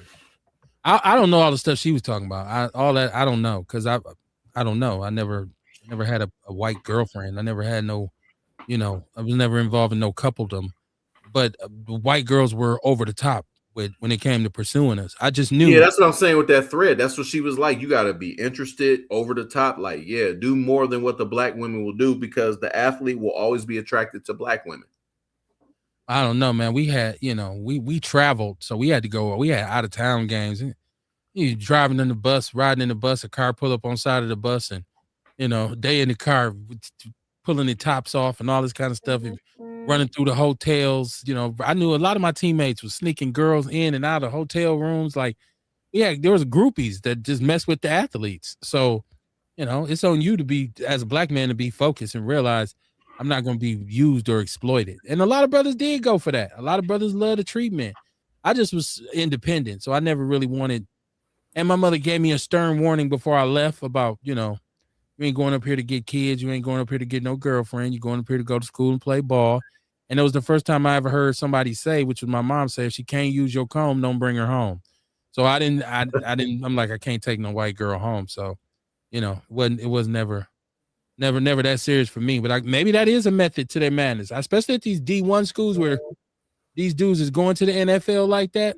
Yeah, might be some truth to that. She might be on to something. But once again, it's on us, man. It's on us to figure that out. It ain't, you know, they can plot and scheme all they want. It's on the brothers. Yeah, and to keep doing and to keep putting yourself in position where she got a $8 pair of spandex and then it costs you $3 million in child support is nuts. You know what I'm saying? And alimony, like, I mean, but that's where, like, and we bring it up on the show all the time. This is where the fathers come in. You know, just like with your son, if whatever he's doing in life, you're gonna be able to give him guidance. You know what I mean? You're gonna be able to educate him on things. Just like my son, my daughter, do that, don't do that, do that, don't do that. Like, it's bad, man. It's just people, as hard as it is for you to make money, there are people trying to take it. And like you're alluding to, stop being freaking dumb. Stop being dumb. Stop doing it. You know? Well, I think too, what people got to understand is when it comes to athletes, a lot of times you might have a large number of brothers on the team who really ain't used to getting a lot of attention from females. Right? Absolutely. Like, so they're not used to being, you know, we coming from high schools, especially in the hood and in our neighborhoods and our communities where, you know, you might be broke. Your gift to play a sport is all you may have. And then you get to these colleges and these girls treating you like you are, you know, the best thing since sliced bread. And so a lot of them dudes you see, you know, it's like, okay, well, I'm gonna go with who treats me right. So, you know, it depends on the individual, man. It depends on the individual. Sharita Shaw is teasing me about my eyes, talking about you better graduate to the 4 eyes is cool. Sonya Thor is actually offering me her glasses, saying, here, take my glasses. Your sister said Granny stayed on 15th and Capitol. Yeah, for sure. Shout out to 15th. She lived right next door to Lena's mom. Okay. Yeah. I had a bunch of homies on 15th and Capitol, man. Oh, man. You talking about Jeff and Kennard and them? Yes, absolutely. Yeah, Jeff, rest in peace. You talking about my Craig? Yeah, Bullet, Jen. That's my brother. Like, all of those, Earl. Anthony lived right behind us. We played football every week. I used to go over. Yeah, they was on 16th. You talking about the Wardens? Yeah, they was. Yeah, we played in the alley though. But yeah, they was right behind. They was right like behind the house. Yeah. The Felders. I knew a bunch of people. I talking about Danielle, Bobby, Chris. Yes, I used to, man. I was in love with Danielle, and it's funny. She always laughed when I say it too, because I saw her many years later. Because I think she was in a relationship or had a family at that point. I said, "You and my girl Tamika Galloway, may she rest in peace." I was like, "Man, I had the biggest crush on y'all. You, Roshonda." I was like, and then she started laughing. She was like, "Shut up, Ian." But yeah, that is Danielle was my girl. She's always very sweet. 15th Street had the pretty little girls. We went to Phillip. That's what I'm saying. On 17th, we ain't really. It was a bunch of dudes on 17th Street. Like, y'all was all over there, man. That's how come I used to kick it with a lot of the females. Like, you know what I'm saying? I was trying to be cool with the women and stuff. I was like, y'all over there, man. Y'all had some beasts over there, man. Y'all had some players, man. That's why I was like, man, let me keep what I keep over here. You know, y'all be stealing them. Sharita said, I can't leave the house without them. She's talking about her glasses.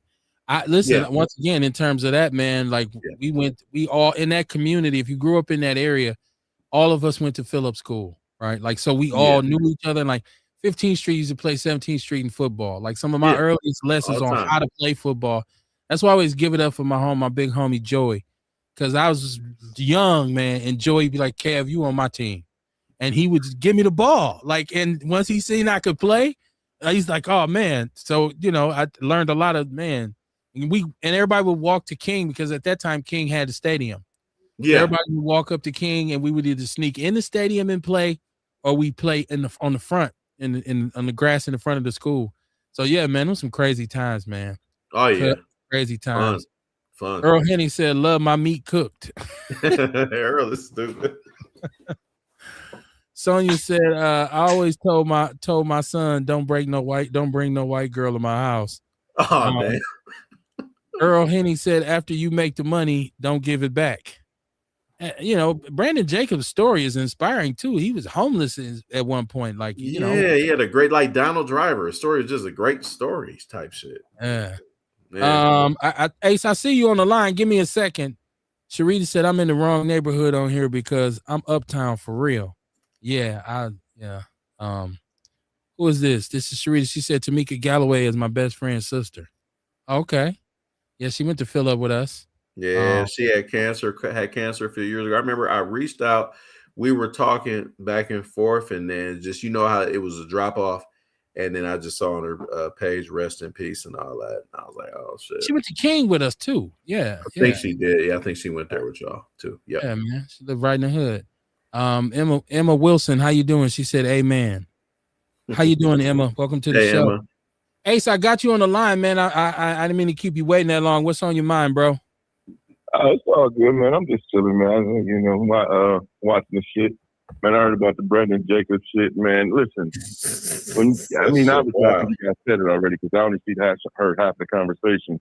You are a target, man. And that very story that Ian brought up, I seen that as well and kind of went through that same situation, and at this point, man, listen, I'm going to be honest with you. If I could go back, I would never go outside of my folks. That's just what it is. Knowing what I know now, I wasn't as conscious as I was now, but I'm always on their ass. But knowing what I know, they would do anything for $1, man. Man, back in the day when I was going to USD, I had an African American class that I went to per se, and you had white women coming in there just to try to understand the African American culture, so they could date the black man. You know what I'm saying? And the crazy thing was, we had no black women in there. I'm just like, damn. So I've seen stuff on that, Ace. And I'm like, yeah. Where our sisters at? Because, I'm, growing up, don't get me wrong, I love my black women, but sometimes I don't think we were always understanding of them. But then I came to find out that's just the stuff that we didn't understand was just men and women because we're so different. You know what I'm saying? But when it comes down to it, man, these motherfuckers are privileged, dude. And the thing is, when things do not go right, and I can guarantee what happened to Mr. Jacobs was, hey, listen, he like, man, I'm a millionaire. Fuck this. I don't got to deal with none of that shit. They automatically go to the end and say, well, I can't whip him. I can't force him to do anything. So I'm going to fuck his life up. You know what I'm saying? And that's what you got to be careful of, because at the end of the season, what do you call it? Sheep and wolf clothing? Wolf and sheep clothing? You know what I'm saying? Mm-hmm. But now, you definitely got to be careful of that shit. You said you went to USD. That's in Sioux Falls, right? No, that was in Vermilion, man. Okay. Hold on. Okay. Because I know I went to Sioux Falls a lot. Sioux Falls was, oh my God. I met y'all at Sioux Falls. Is that where we saw you at? I don't know that was Sioux Falls. I know we saw you. It was the strangest thing. I saw y'all twice. I saw y'all. You know what? I seen George once. I seen GT once up in Sioux Falls at the club. I seen you with him. That's when I was messing with the one chick from, I think it was, I forget her name. I didn't know, like Aberdeen or something. Like we were in South Dakota. It was in, I think it was in Marshall. Where the fuck was it? Marshall? No, it wasn't Marshall because we went to school in Marshall, but we were out of town. Yeah, that's where it was. We was in Marshall. That's when y'all pulled up. I'm like, oh shit, that's Kev. You know, we at the little bar. I remember we was at a bar and I said, dude, that's this is like he's like, what's happening, man? I'm like, dude, I ain't seen this dude since 8th grade, man. It was like juniors in college, man. Yeah, I know it was. I know he was in a bar. The crazy thing is, man, I just heard you said you would have when you wanted to go to base. Man, if you had went to base, you nigga, we would have killed the city. We would have killed it. You know my cousin there, Miss Malone, the guidance counselor. Oh yeah, man, she was cool as hell. Yeah, she passed away a couple years ago, but yeah, man, I miss Pearl. We love Pearl. Miss Malone was my man. Whenever I had some trouble, man. Matter of fact, I had a teacher that wasn't so great, and I had to go to her, man. And she basically, I didn't, they'll get into the way they start to make it feel like it's you, and you're like, damn, dude, I'm not gonna say nothing. I don't want to go next season, but I just said, fuck it, I'm going to Miss Malone. I talked to Miss Malone, man. I don't know what happened.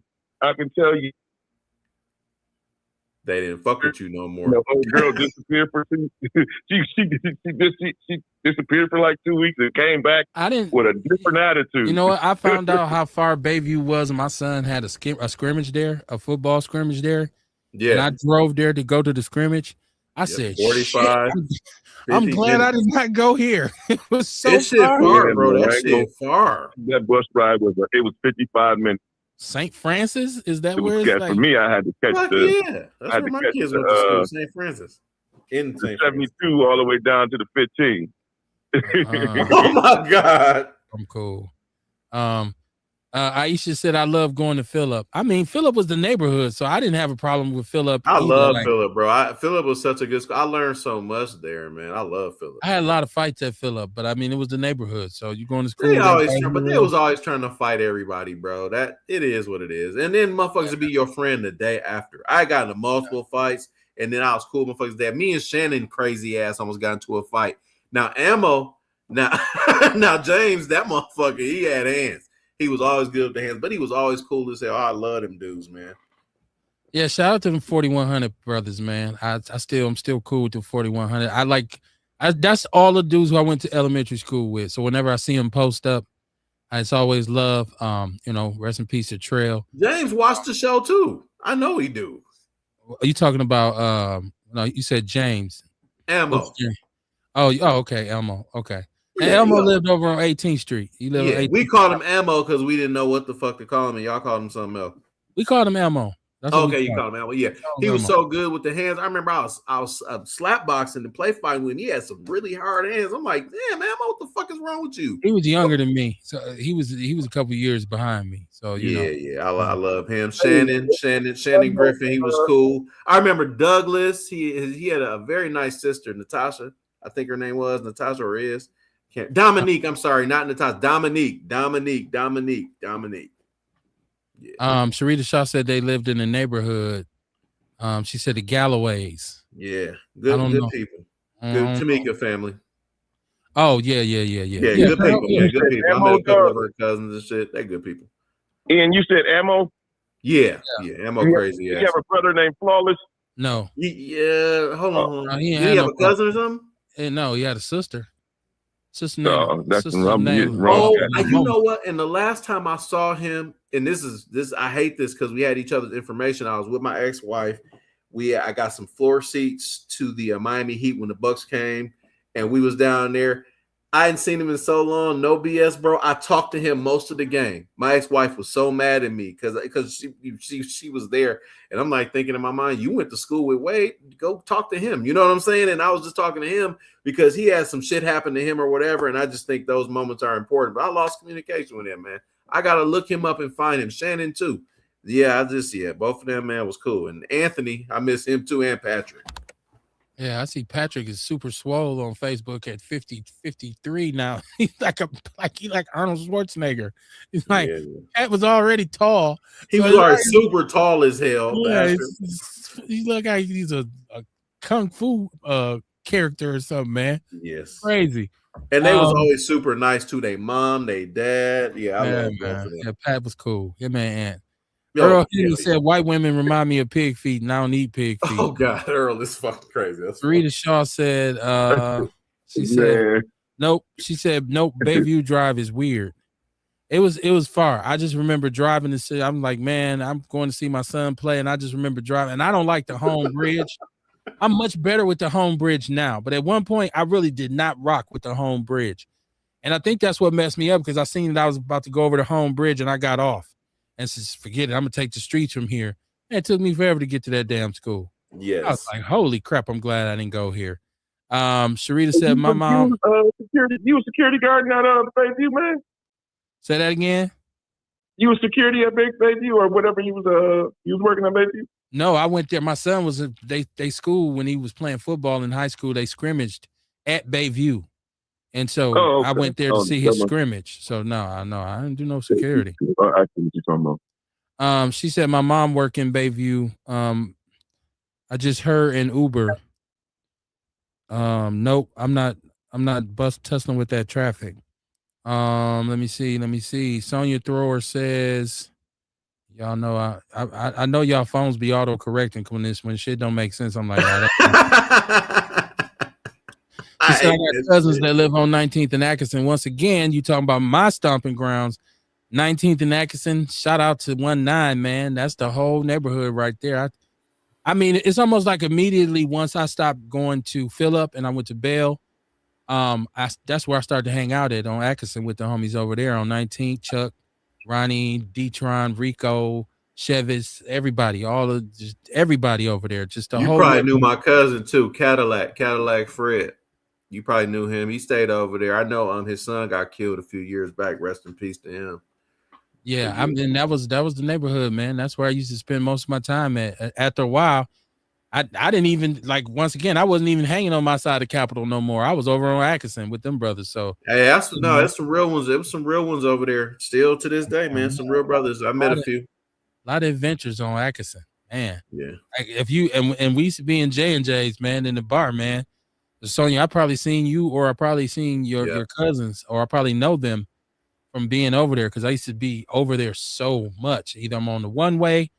Or I'm on 19th Street because the homie used to live right behind the store, right behind Sam's.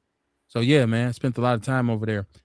Now this is this Pride Month or some shit like that. Like I seen the mayor leading the parade.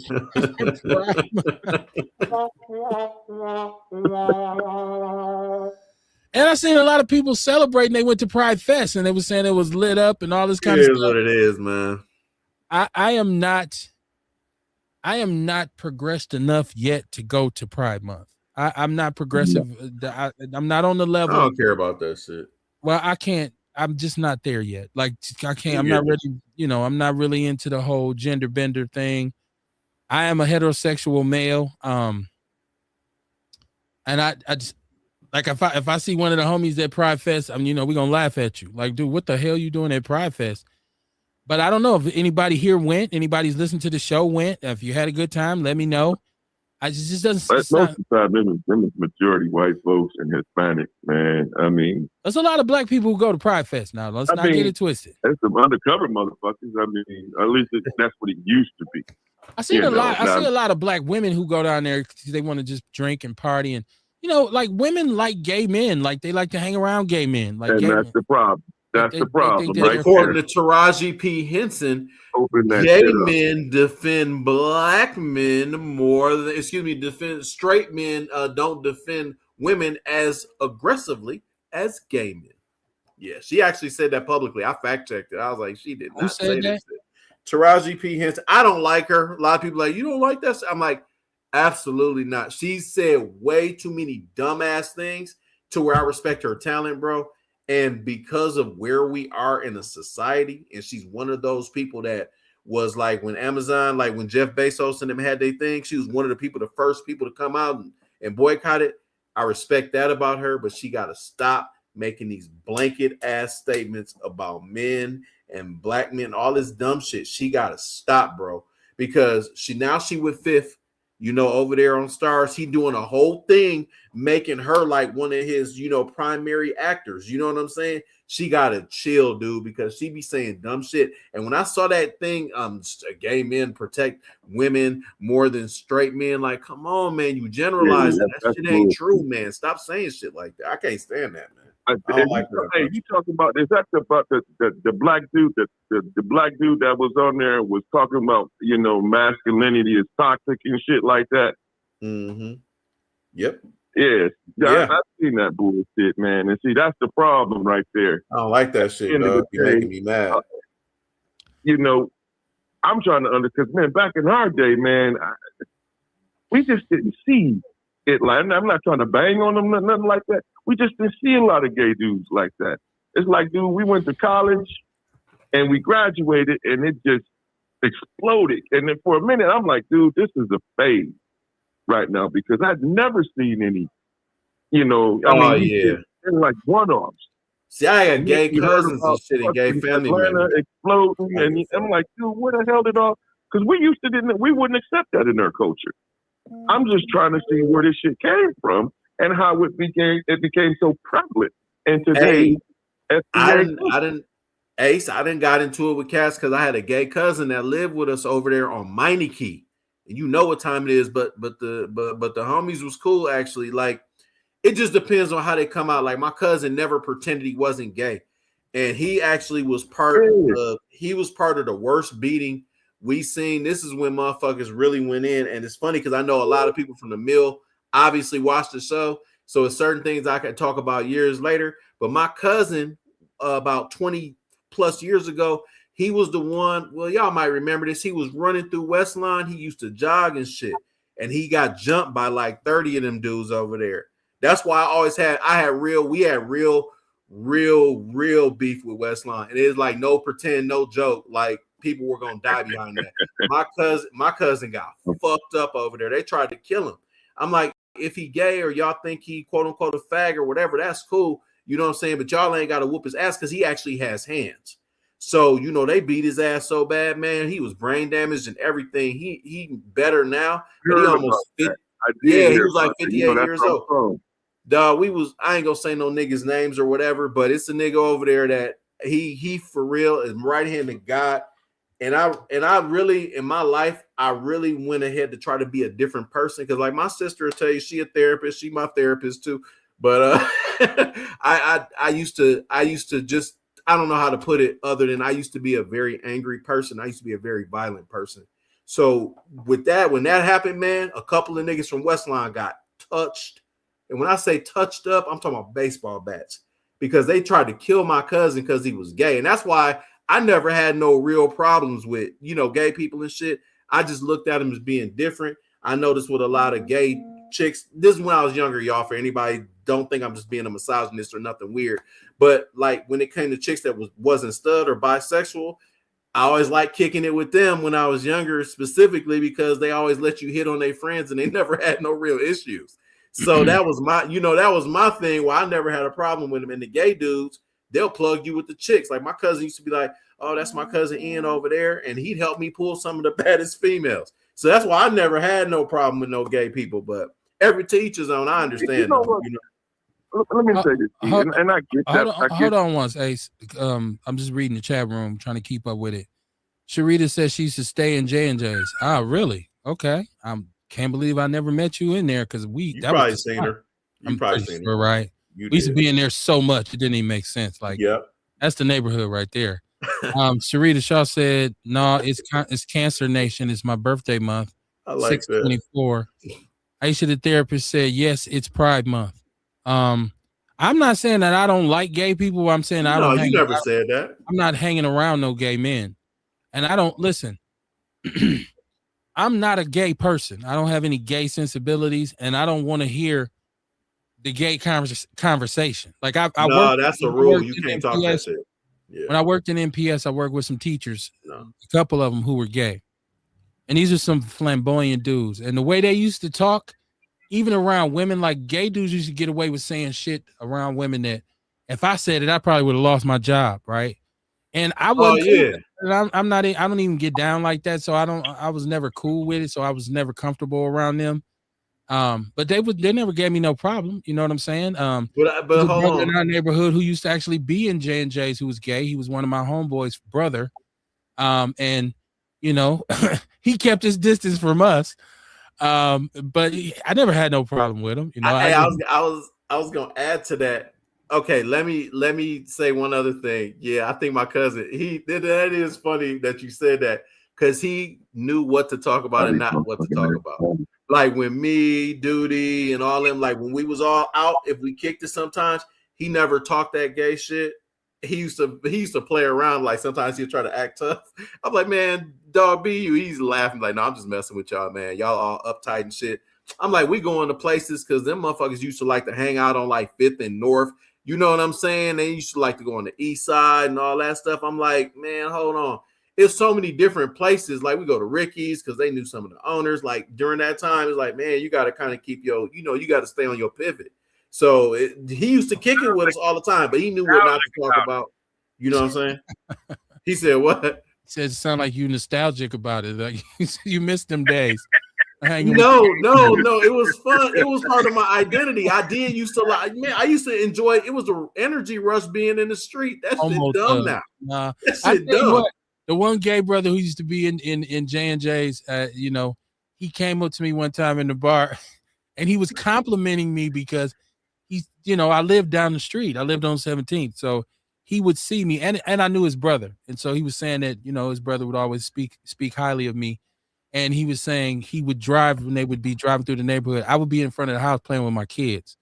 And so he would be like, yeah, I'll be seeing you with your kids. And I ride past and his brother would be driving. So his brother, what up, Kev? And, you know, it's like, what's happening, man? And so he's like complimenting me like, yo, you know, that's dope that you're a father and you be with your kids. For sure. And then the fellas would come in and he would be like, well, let me get away from you because I know they're going to be talking shit to you because, you know, everybody in here know I'm gay and all this, right? I would just be looking at this dude like he had like the Black Plague, right? Like, and the look on my face probably said it all, right? Like he would be like, that's so fucking funny. He'd be like, I don't mean no harm or nothing, man. I just wanted to tell you. And it was cool because you know, so-and-so is my brother. I'm like, yeah, that's my guy right there. He's like, yeah, well, he always speak real highly of you, and he always say you a good dude, and da. And then he would say, let me get away from you because I know how y'all is, right? And I don't want them talking trash. And as soon as the homies get over to me, you know they start talking shit to me like, what's up, Kev? I see you coming up. Man, don't let me see you pulling off, and don't let me see dude in the caddy tonight pulling off. I used to have that bullshit, man. Your guy's silly as hell. It took me a while to adapt because I was living in Oregon, right, on the Pacific Northwest, right. Oh shit! And so out there, because of the business I'm in, and I ain't gonna lie, they make a lot of motherfucking money because they don't got no kids. Yeah. But you had to kind of do business for them. But what I did realize, because I ain't gonna lie, I got a couple friends that I didn't know, and see, there's a war going on within them two. Within that community, because even though you got men that are gay, they hate them flamboyant motherfuckers, because they think that's a phase or they playing. You get what I'm saying? Because a lot of the men that are gay don't want to, they only want to hang around other gay men. You know what I'm saying? They men, but they still match. You get what I'm saying? I don't understand the gay hierarchy, but I kind of understand what you're saying, I guess. Well, did you say the gay hierarchy? Yeah, because I know, it's effeminate gays and flamboyant gays and then masculine gays and then homo thugs. I don't got time for all that shit, man. He said homo thugs. Well, I don't got time, gangster ass gay dudes. Like, I mean, come on, man. Like, it's men and women. For me, man, woman, man. I'm not. Listen, man. I don't got time for this. Cause I heard that. The only time I get mad at them is when they shit start fucking with the black agenda. Because once we have an issue like the black, the whole Black Lives Matter thing, and they just join in and just turn it into an LGBT shit. And so that's exactly what happened. You know what I'm saying? And that's what pisses me off about it. Well, I don't have a problem until they start making assumptions that all straight men secretly have gay fantasies. Like, come on, man. Like, yeah, that's when you want to get cussed out. That's when it gets crazy. Because, like, I try to explain to them, and not that I'm in close communication with them, but the one time I was on Homer Blow's show, and this was probably about 10 years ago. I was on Homer Blow's show. Shout out to my homie Antoine Young. I love him. Our podcast, and he wanted to introduce me to Homer because he was like, Kev, I think dude can help you or whatever. And it didn't really go that way, but that was what Twan wanted. My guy Antoine wanted. And so when I went on there, we was on there with some cross dressers. Well, there was one cross dresser. Oh no, they don't call them cross dressers no more. I'm sorry, transgender. And then there was 2 lesbians. They're not cross dressers no more. I guess they're transgenders now. But my uncle used to call them sissies. He kept that's what my dad, amongst other things, used to call them. But he was. This dude was just expressing this notion that, and it was like a big joke to them that when nobody's looking, men secretly wanted to be with him. So a lot of straight men secretly approached him. And I kept trying to explain to him the point that you're missing is if a man is trying to get with you, whether it's secretly or not, he's not a straight man, he's gay. So your beef ain't with straight men. It's not that straight men are on the low. It's just some dudes that's gay that don't want to admit it. So, that's my only time when they start saying stuff like that. I'm just like, okay, here we go with the bullshit. Kerry Walker. And then when you force me to try to accept it on a level where you make me feel as if me being straight is wrong. Like, how am I wrong for being straight, right? Like, so you hear a little Boosie now talking about he want to start straight pride. Like, Boosie, is something wrong with Boosie, man. Absolutely something wrong with Boosie. It's something wrong with Boosie. He's so funny sometimes, man. I'd be like, this dude wild as hell. Dion, we can't hardly hear you, man. You got to get up on the mic. I love dude. He be making me laugh. You low. You sound lower. Can you hear me better now? A little bit. I got a trucker Bluetooth $300 headset, and you telling me you can't hear me? I'll tell you what you do. Go back and watch the show, and you can hear the echo too. So I have no reason to lie. What do you think? I'm just fuck with Dion Day? Like, I'm gonna fuck with Dion? Like, no. Hold on. Kerry Walker Jones in the chat room said too many butt cheeks and ball swinging for me. Yeah, Sharita Shaw said Taraji can say whatever she wants to say. Yeah, okay. I mean, she's famous. Who's Taraji? Taraji P. Henson. She said, and what she did now? She said her best cousin is gay. Ian was expressing he disagreed with her. Yeah, I can't stand the shit she be saying sometimes. Talented, but I can't stand that. Oh, this is Dion saying, Kev, can you see, bro? I see you looking at the screen. Can I see who? He's like, can you see? You squinting at that motherfucker. You down there fell out. Your head, like I seen you, like how you staring now. I was like, God damn, my God, is he, man? What the fuck? I think so. One of the things you might be observing is I have chinky eyes. As much as shit as I was talking about Asian people earlier in the shot, I have chinky eyes. My eyes I don't have big eyes. So if I squint a little bit, my eyes look like they close. So it might look like I'm squinting sometimes, and I'm not, because you can't. It's not like I got the most HD camera, so you can't really see. But I don't have. Hey, what I was about to say earlier. Did y'all talk about Trump walking out on that news reporter? I didn't get to it yet because I want to finish the chat room. Oh, okay. Ernest Walker said, bitches be mad because they got 4 baby daddies. Of course, your shit is a juggling act. You can't cry about men for choices you make, and the women who support their complaints are making shit worse.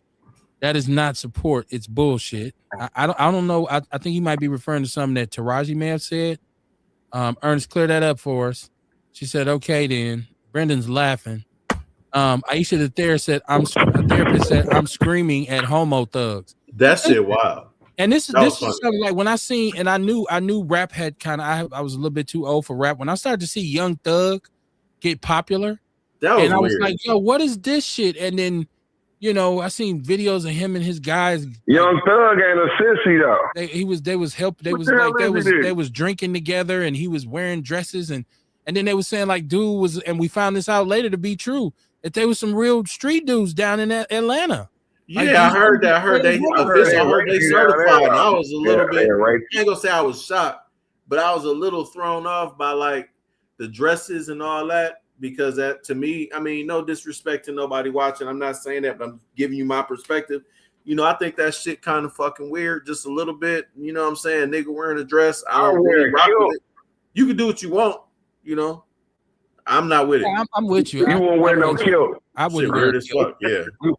I would. Nigga, why are you kilt? wearing a freaking Michael Kors skirt? Why is you wearing that? I wouldn't wear a kilt. Why are you wearing what you're into? That shit don't make no sense. I mean, the whole thing is I'm a man. I would not wear a kilt. I will not. I wear pants. I don't even wear short pants. So Ian, you ain't got no man bag. Keep it real, because you look like you got a man bag. I got a man bag. Hell to the fuck. You ain't got no man bag. That shit is a purse, and that's kind of my point. That's not a man bag. It's not no purse. It's a crossbody. It's a crossbody bag. It's a crossbody purse. I got a man bag. Hey, I'm just saying it's a purse. They just changed the description. Ian, they call them Merces. They call them Merces. Yeah, and that's my whole point. It's a purse. Yeah, it's a purse. Yeah, my I got a book bag. Yeah, well, it's a purse for a man. I don't wear that. My stuff. Only time I wear my man bag is when I travel and when I get on the bus. But my bag that I just showed you, I take that on planes. That's where a lot of niggas went holding that bumper in that motherfucker. I remember you see a lot of them young niggas have to cross their chest. They had that heat up in that bitch. Yeah, I'm cool. I can keep a pistol in my part of my bag too, or in my house. You just come out about Shannon Sharp too. It's always something like that. It's always Shannon Sharp look like a motherfucking weirdo because he a bodybuilder with all that shit, and he wear shit that's 3 sizes too small, and he walk around with a purse, and he hop out of a limousine with high waters. He look weird as fuck, bro. Sharita said she said she don't think Boosie was wrong for his preference. Boosie is fucking hilarious. Let me get to the chat room. I love that guy. Carrie said there is some level of mental illness involved for a person who is not willing to accept who they are. Yes. And Sharita said, "Yep, the dresses took me away from the young rap culture." Yeah, that's weird. Fuck is you wearing a dress for? She said, "Fucking dude." Boosie said That's no trannies people. at his party. Period. And people. Boosie did say that he's really standing on the fact that he don't want no trannies at his party, his pool party. I think he got the right to say that. Like I don't, what's wrong with him saying it? What's wrong with dude? Until like 1978 or 81, whatever it is, transgenderism was fucking gender dysphoria. By definition, that's what it is. And like I said, again, anybody watching, I'm not knocking your choice. But if the purpose of men and women are to reproduce and our body organs are natural the way they are, why do you think if you are a man and you feel like a woman, it's one thing if you want to change yourself to a woman. I'm with you. I support you. Do your thing, right? I support you by not fucking with you, right? Or not disrespecting your choice or having a real opinion about it, except I don't think that shit is normal. But when you get on and you try to act like it's something wrong with us for not partaking in your facade, then we have a problem. And that's when I get angry at the motherfucker. Let me go to the chat room. Sharita said, dude, it's a Gucci bag, but why are you carrying all that shit, friend? This is Ernest. He said, I mean, women in general, a lot of them be looking for reasons to talk about black men. That's why the black girl got killed overseas. That white man killed her in the country he knew would cover for him. She said all kinds of she said all kinds of negative shit about black men. Okay. Let me see what else we got down here. I see Sharita. She said, right, Ian C. Jordan. Now somebody asked about Trump's meltdown over the weekend. I still don't understand that, you're back in office now. You running rampant. You going crazy. You got this country on shit mode. And you still crying about an election that was lost 6 years ago. Thank you. And you have temper tantrums. That's why I say your boy Tom Tiffany, he supports all that shit about investigating how that election. That shit is gonna make sure he don't win a goddamn thing. Bro, and that shit is killing him in the polls, Kev. Like it actually is. It should be. And Trump's meltdown. Like, have you seen? Like now the feds they've made sure that you can't get no federal funds for his ballroom, but you don't steamroll half the White House, right? Yo, so, oh my God! In addition to what you Netanyahu, that too, but in addition to the Tiffany shit though, Kev, what makes it even more wild is when you bring it up, they talk about the shit going on. You know, in California, they had their little election or whatever, and they talk about, well, you don't need any identification to even vote in California. And don't get me wrong, the people that have put it up, like I got a buddy, his name is Kevin Nutt. He posts a lot of shit on Facebook or whatever, but I fact check him, like I fact check Jay Weber's guy, Gregory John, and they're right about California, the stuff that they're pushing, saying that, oh, you know, you don't need your ID until this point, or they verify you. So I get it, right? They're talking about the ballots being dropped in the middle of the night. But long story short, though, it's not like that everywhere. And every time a Republican loses, it's not rigged. And that's what they're doing. They're always trying to create some false narrative that Democrats always cheat. If it's so easy to cheat, motherfucker, then how come the Democrats don't have a Democrat in the White House right now? If all this shit is rigged, we would have never voted for Trump. People-wise, we would have never voted for this cocksucker. Without even going into, because, like, once again, the world is a stage. I made a commitment to stop letting this bullshit dominate my platform, because there's so many other things to talk about. Yes, sir. But without going into it a whole bunch, like, the country is in disarray. You're doing a shitty ass job. The Republicans in general, no matter what offices they hold, look bad. They get caught up in lies. Rubio trying to lie for Trump and talking about his sleeping habits, and then they show him video of you talking his ass is nodding off. This is one of the most politically embarrassing times in the history of our country. So when I see what Trump's antics, I don't even blow my stack anymore. I just keep scrolling, man, because now people are really about to see. They're about to really see and feel Trump more, because they're about to cut WIC. So a lot of people's WIC money is about to be cut. And so you're about to really hear some backlash now. But y'all keep on big upping him. Keep voting for him. Keep supporting him. Keep trying to make him be something that he's not, which is some kind of great American hero or some groundbreaking leader or some pioneering leader. Like, he's just an old racist senile white man with a lot of money. Yeah, he's an old piece of shit. Remember this? You summed him up perfectly. Yes, that's exactly what he is. Motherfucker claimed he had bone spurs. You know, all that type. He said an old racist white man with a ton of money. Exactly. No, you summed him up perfect. Yeah. That's what he is. That's what bothered me about people felt like they related to him. No, basically, just stop with the shit. The thing was the racism. The man he has no policies. You know what I'm saying? He had no policy. He had no idea how to run the country. You know what I'm saying? It was just about the racism, getting rid of the Mexicans, saying all that bullshit, and people. That's what people wanted to hear, because they were too afraid to say it. You know what I'm saying? That's why I'm glad that he did what he did to let racism stick his ugly head out. Like, if you don't like, but see, the thing is about it, I don't care about, like. And more black people need to be like, we don't like y'all. Like, damn, like, real life, like, we don't give a fuck if y'all don't like us. You know what I'm saying? Like, I don't want to go to a white person's home and sit down and have lunch with them or dinner. I don't want you to be my friend.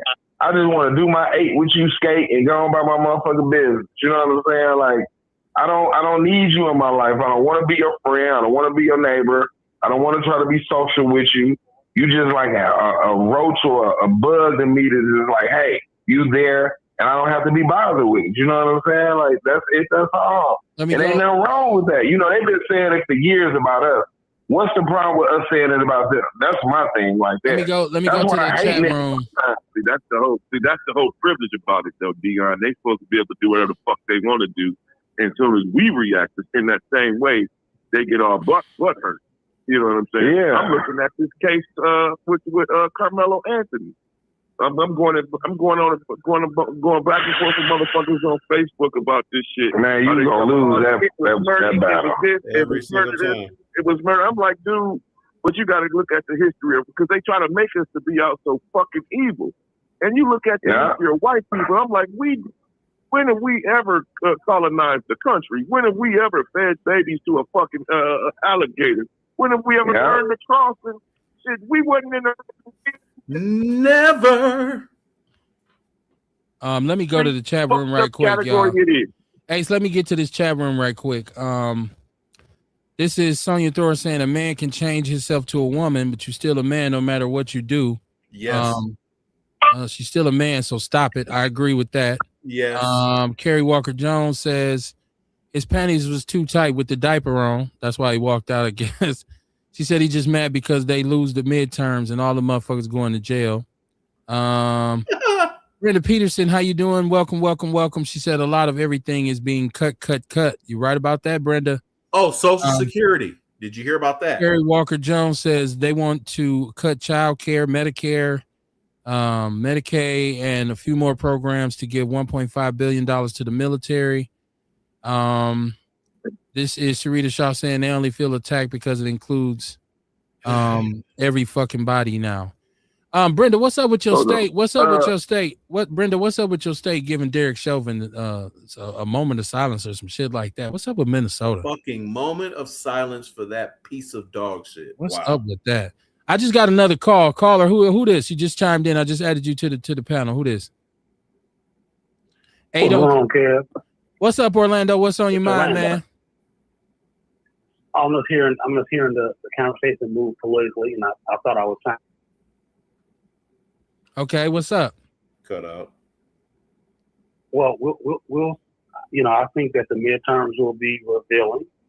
I think that it's going to surprise a lot of the Democrat-leaning people, some in this space as well too. I think Democrats huge hurdle to get over because they're not polling well among their own voters as far as what they have delivered. So I guess again, each candidate is going to have to run their race.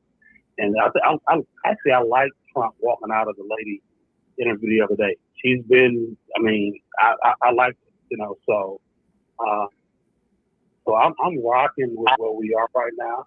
I want to see the cons again, but I think it's necessary.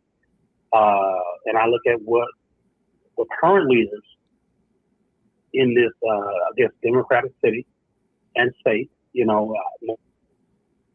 deliverables. What do we, you could say, I don't like Trump, I don't like Republicans. What has, and I know Dion's on the phone because I hear his dogs in the background. My question would be again, what are the deliverables from the side that, and I think it's a fair question. Before we ask, what are the what? Deliverables. Who's speaking before Orlando, hold on. Before you even go into any of that, and it's funny, and we don't have a lot of time left, but it's funny that it's cool, but you would continue. You and others would continue to big up Trump and say this and that, and say good things about him. When this is a dude who just gave reparations and supports giving reparations to January 6th rioters. But the discussion about black people getting reparations is out of the question. Absolutely. How can you honestly support somebody who wants to give reparations to the rioters of January 6th? I don't understand. It seems like at what point does the foolishness stop with the support for Trump? Like, can he do no wrong? Or is it just like, okay, we're just going to keep supporting him no matter what? We're just going to keep supporting him. Like, I don't understand your perspective or even ever trying to speak positively about a dude who is basically showing you that he's the crookedest branch on the tree. Like, that's the most ass backwards shit ever, that you want to give them money for trying to take over the Capitol building of the United States. Just answer that question for me before you even go. I just how do you even justify even supporting him in any way? I think I might have lost Orlando, y'all. I had a lot of people on the line. I think the phone started dropping calls. So a lot of people. Ewok, did I get you on before I started dropping calls? Ewok was on with us too. He said, "Here comes the dancer in chief. Orlando is a slave." Kerry Walker Jones said, "My skin is crawling with whoever that is talking, scratching my head." He said, "Oh, that's Orlando. Damn." Yeah, all right, so well, it's almost 10 o'clock. I wish I could have got Orlando's take on that. I wasn't trying to. I didn't hang you up, Orlando. It's just I can only hold so many calls on this phone. See, right now it's people trying to call in, and the phone won't support because there's so many people on the line. So it only takes so many. I'm trying to get Ewok a chance to get in before he goes, before I go off the air, because I think he got something to say. So Let me clear the line. Let me clear the line right quick, y'all. Ewok, hit me up before I get out of here. I want to give you a chance to pop your shit. Let me go make sure the chat room is clean and clear. Brenda Peterson, she said, Minnesota is a whole mess. People with disabilities are losing their housing and programs and dying. He wants to put them in institutions instead of living in their home. We have multi-layers of problems right now. Weird shit. They giving up support for Derek Chauvin. I say, hell, what happened to the liberal ass state of Minnesota that I used to live in? Sonia said, what black person support Trump? Rather see all black people hanging from a tree, and you support him. You must have bumped your head. Okay, let me get to Ewok before we get out of here. Let me make sure I merge this. This Ewok, I'm on here. Go ahead, Ewok. Man, I wanted to ask the same. I wanted to ask the same question you was asking, Orlando. What the fuck is wrong with this nigga, man? For real, something is wrong with him. And you approached your question to him like a gentleman. I'm sorry that he hung up or got hung up on. I wanted to hear this coon shit this nigga was still the same, man. He's actually on the line right now. The entire fuck. He on the line right now. Let's give him a chance to answer. Go ahead, Orlando.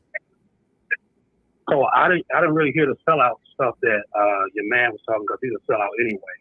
So I didn't really hear the question. I was asking you basically. The same one Kevin asked you, coon ass nigga. I was asking you basically how with all of the crazy stuff that Trump goes that he supports, even like with trying to get, like, he wants to give reparations to January 6th rioters. Yeah. But a black man in this country, it's not even a question that we can't even get a conversation, even though he gave more money to the Jews for the Holocaust. He gave more reparation money to them, but we can't even approach the conversation of black reparations. This dude is super anti-black. I don't understand how you as a black man or any other black person for that matter can support him, but you seem to be consistent with your support of him. So I just wanted to say or ask you how you felt about some of the foolishness that he engages in. So I look at the Democrats who've never been really serious about reparations from the beginning. When they had all three pieces of and we asking you about Trump. Nobody want to have that running around bullshit. Hold on. Stay up the phone, sell out. Just calm down. Stay in your body. Man, you tap dancing ass nigga. So, answer the real legitimate part of the question. Again, you the sellout. So let's fall back for a minute. You the sellout, 50 ass boy. Let me make slap niggas like you for being stupid. Ewok, let him respond. Ewok, let him respond. Let him respond. Go ahead, Orlando. This is what sellouts do when they get emotional and they can't hold themselves accountable. But anyway, you're a sissy and a fucking fool. Orlando, answer the question. Get sellout. So again, I look at this point of when we look at the party that has not actually, let me say this, the voter bloc that actually has not supported the Republican Party in full, is bringing these issues up on the side of the Republican Party to actually make this a campaign issue. I look at the Democratic side that actually has black people and actually has not delivered on reparations when they have the opportunity to. When black people were told about the Democratic Party, you have to have a legislative body, but yet still we see. The question was, why do you suck Trump everything he did? Why do you do that? That's the question. Hey. Emotional. That's the question. Why do you suck Trump dick no matter what he do? That's the question. Ernest, hold on. Emotional dude. Listen, Orlando. He tap dancing, using up too much time. Hold on. Listen, Orlando, I asked you a question, right? And the question I asked you, but listen, you started off by talking about Democrats when I asked you about something Trump done. I'm not asking you about Democrats. In my submission, I just said it. For the party that has never had overwhelming support of black folks, there's no deliverables that black folks are expecting from the Republican Party. So as a result of that, the question should be, when you give support 90+% to a political party, then you actually have some deliverables you should be requesting of. You don't give that support to the Republican Party, so the question should not be for what Republicans don't support reparations. Republicans support people that vote for them on the issue they support. Again, ask the Democrats why haven't they delivered on reparations when they have the opportunity to. But I asked you about Trump supporting reparations for January 6th rioters. You going all the way around the park. Yeah, he ain't gonna answer the question. He gonna say some bullshit. Those individuals supported the idea of Trump being in office. And it said, and also if you listen to the actual legislation, it's for anyone who feels the government was wrong, not just January 6th. So actually, it included them though, Orlando. And you still not answering the question. See, this is a classic thing. This is why I don't get into this conversation. Because anytime you ask a question about Trump to a Trump supporter, the first thing he does is say the Democrats. I didn't ask you about the Democrats. I asked you about Trump. I just told you that. Hold on, Kev. I just told you. Democrats, well, let me be clear. There is no reparations debate on the Republican side. So we're doing soundtracks right now. Okay, Kev. Let's have a discussion if you want to have a discussion. Or you just doing Orlando, again, we can't have a discussion if I ask you a question and you don't answer. We can't have a discussion. So pick up what you want to pick up, Kev. Elected officials support. I'm not the only one listening to this, and nobody else on here heard you give me an answer. We heard you. Soft shoe around the question and try to make it a Republican versus Democrat debate. When I asked you a specific Trump question, I didn't ask you anything about it because I'm not. You talking to me like I'm a Democrat. I'm not a Democrat, so you don't have to tell me about Democrats not supporting reparations. I'm talking about Trump because Trump is the president right now. So reparations didn't vote for Donald Trump. They did. So therefore, there is no obligation of those who do not vote for elected officials to make any agreement or any deliverables. When you vote for someone, then you have a right to say, I have demand because I voted for you. Reparations did not vote for Donald Trump. So no matter what you do, if you killed a bunch of people but you voted for Trump, then he's gonna say, well, let him out of jail because he voted for me. That's your reasoning, right? That's what you're saying. They voted for him, I don't follow your example. I don't follow again. Because you saying they voted for him. Forget what they did wrong. They voted for him, so he's giving them reparations. So you're basically saying, as long as we vote for him, it doesn't matter what we do. It's cool. What I'm saying to you is this, Kevin, and maybe I'm gonna say it like this: it is political power and political, let's say, the ability to push your agenda. When you deliver votes, elected officials move what people voted. You may not like that, and that may upset some of the listeners. But if you don't vote for a politician and support them and get them elected, you thought that was cool. You think that you like that ain't no big deal because because we can give reparations to everybody else, and it ain't even a conversation about black. That's not what I said at all. I'm asking you. It's like a yes or no question. I'm asking you. I'm not saying you said. I don't like reparations. I don't like reparations across the board. If we're not going to identify 40 acres and a mule. I support 40 acres and a mule, which is different than reparations. So let's be clear here. I support the idea where Lincoln actually drafted and should have come to pass. But man, you a tap dancing slave. Man, stop it. You should sell out, and you should know. You can call me what you want. You a tap dancing slave, bitch ass nigga. Man, stop it. You's a hoe ass nigga, and you about to rape whatever. Fuck ass nigga. Whatever.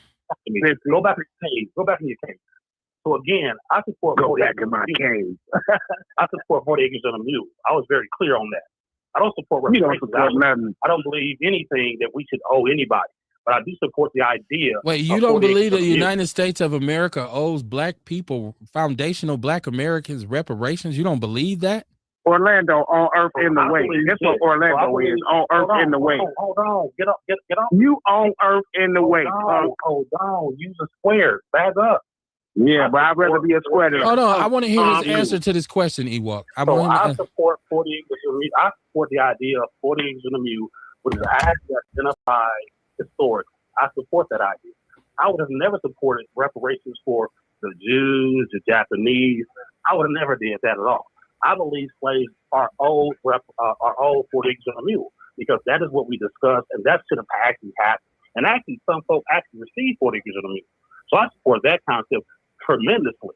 That is something that was legislated, or actually debated and brought up, but didn't get passed because of the assassination. So I definitely support that. But you definitely didn't answer. So yes or no? You don't believe. You don't believe. Hold on. We can't all talk over each other. Hold on, Orlando. So my question to you, and I always have to ask you questions 5 and 6 times in a row because you never answer them directly. So you don't believe foundational Black Americans are owed reparations by the United States of America? It's a yes or no question. And don't tell me about no 40 acres or no mule. Okay. Thank you. I support 40 acres and a mule. All right. Thank you. Thank you for answering that. Listen here, y'all. It's after 10 o'clock, so I'm gonna close this down because what I don't want to do is waste a bunch of time talking about Trump and this kind of partisan politic bullshit. I see you, Sharita Shaw, in the chat room. She says reparations is happening across the board, but they continue to exclude FBAs. Kerry Walker says, so it's okay that the motherfuckers was hurt during the insurrection can't get shit, but the motherfuckers that hurt them get reparations. Yep. Listen, my whole point to this show tonight, and I want this to be something that resonates. I've been saying for a long time, they get away with doing a lot of bullshit to us, and they always have. And we've always just kind of kept it moving, and that's part of our perseverance. But I also felt like it's always been a situation where they're looking at us saying, what you gonna do? What you gonna do? And this thing with the Asians is already bad, but it was made worse by this Asian coming on saying, boycott us. He's basically telling us, he said, you're being outworked by immigrants who can hardly speak English. Yes, right. He bragged on, he wished we would boycott them. Yes, sir. We can't do without their food and their hair products and their electronics. I think it's time for Black people to make a statement. Yep. And this should be the first of many.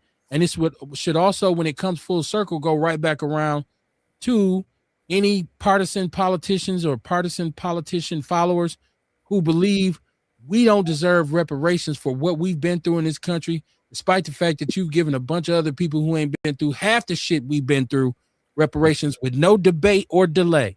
Billions of fucking dollars. Billions. I think economic boycotting is the way to go, right? And Black people, it's going to take some discipline for us because I know we like to look good, we like to dress good, we like to ride good, smell good, drink good, smoke good. But if it was ever a time to make sacrifices, the time is now. We need to get on code, and we can show them better than we can tell them. So when it comes to Asian stores, and even though I don't live in South Carolina, I'm not shopping at nothing Asian up here. I'm not going to even eat and normally on the weekend we eat Chinese food. I'm not eating none of that shit. I'm with my people. I'm for my people. If it's good for my people, I'm good with it. But if it's anti my people, I'm anti it.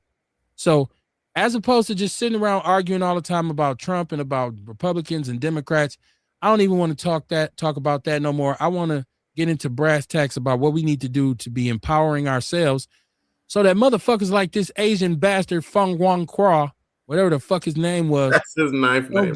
Come on here and slap us in the face talking about, please, we live with white people. We have Chinatown.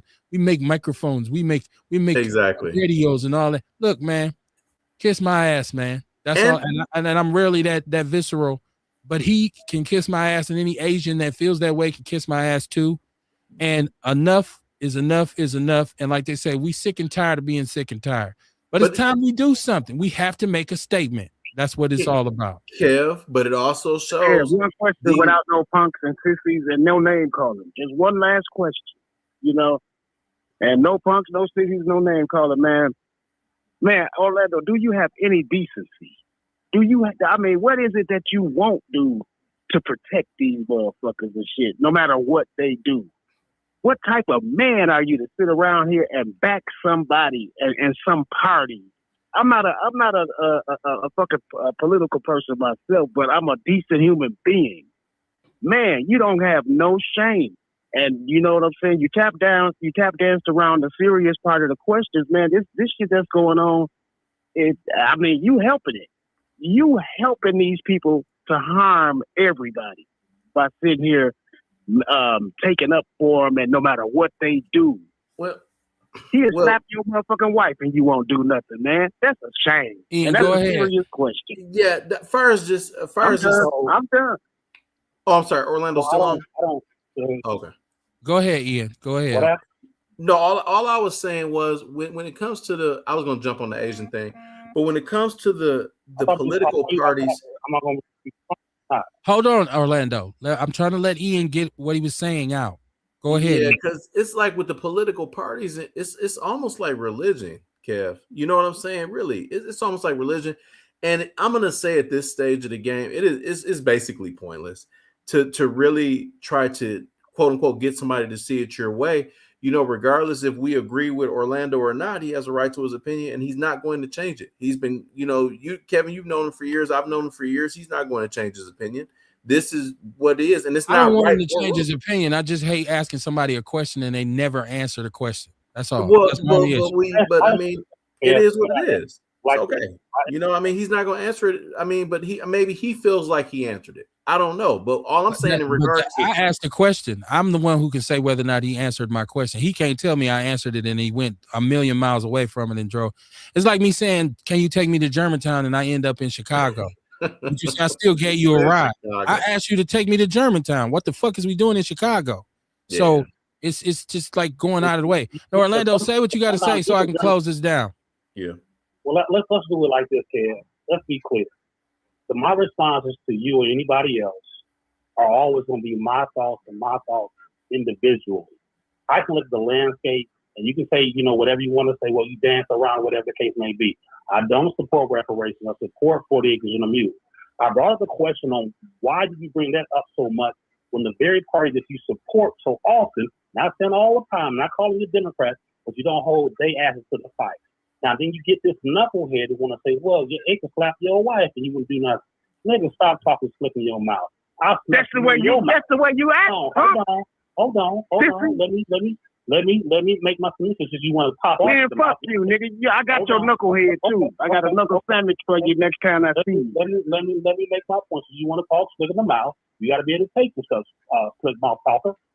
Again, yeah, motherfucker. I said no name calling and shit, but you disregarded that. Orlando. Nigga, answer why you're not a decent human being. You're not a decent person. Ernest, hold on, because he just made an accusation.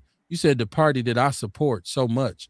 When am I giving all this Democratic support? When am I? I ain't never heard you say it. You hate them motherfuckers too, actually. You hate them motherfuckers. So I know that you are the party, you know, Cooper. I understand that. But I also understand we've been knowing each other long enough. I know where your vote, just on conversation, typically will fall. It won't fall my direction. Let's just say that. I won't call you a Democrat. I didn't say. Well, you just said that I give them. We questioning your. You just said that I give them as a person. You just said that I give them a bunch of support. Hold on. Wait a minute, because a direct accusation was made. You said that I give them a lot of support. When am I ever super supportive of Democrats? As a matter of fact, I make it a point to call out Democrats for the bullshit they be on, just like I do with Republicans. So I don't know. You trying to make this a one-sided affair when it's really not, because I'm on black people's side. No matter what the issue is, I'm on black people's side. I don't give a damn about a Democrat, a Republican, a conservative, a liberal, whatever the fuck you want to call yourself.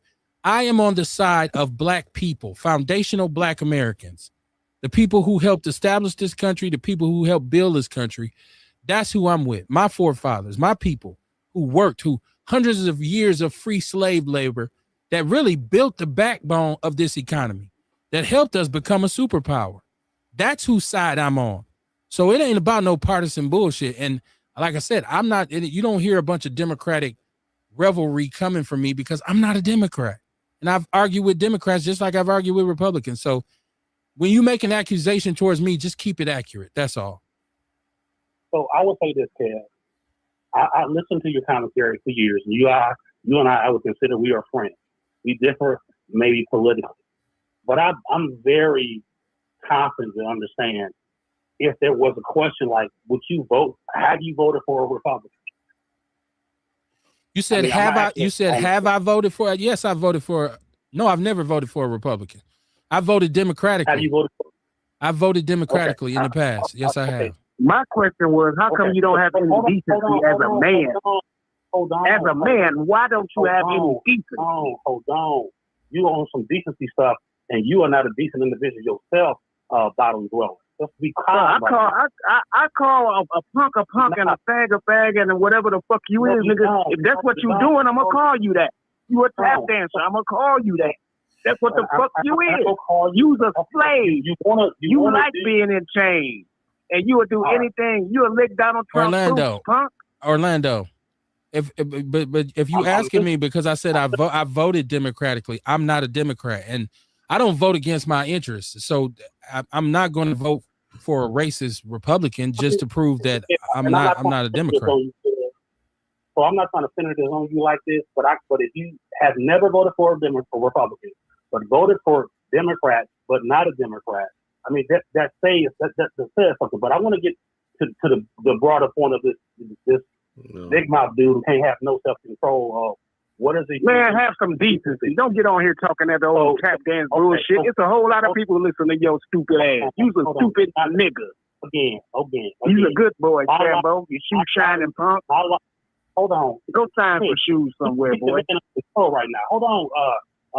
Sambo. All back. Sambo. Are you asking for Sambo? Talking. Shoe shine, boy. You're showing some real feelings right now. Your emotions. Shoe shine. I'm all man. You's a shoe shine boy. I don't sit around and suck motherfucking other men's dick that don't have even no common decency. And then you'll still sit there and try to protect them, knowing that they don't have any common decency. I'm about to shut this down because when we can't even communicate, I can't even hardly hear. The shit just becomes muddled and jumbled, and it just doesn't do anybody any good. My thing is, black people, let's get on code, man. It's time for us to stand up. It's time for us to start calling the bluff. When people start asking us what we gonna do, we gotta start showing them what we gonna do. Solutions. Keep your money in your pocket, man. Keep your money in your pocket. Let's show these Asians what this FBA really about, man. Peace and love. I'll see y'all Wednesday, man. Y'all be cool. Absolutely. God bless. Solutions, everybody. Solutions.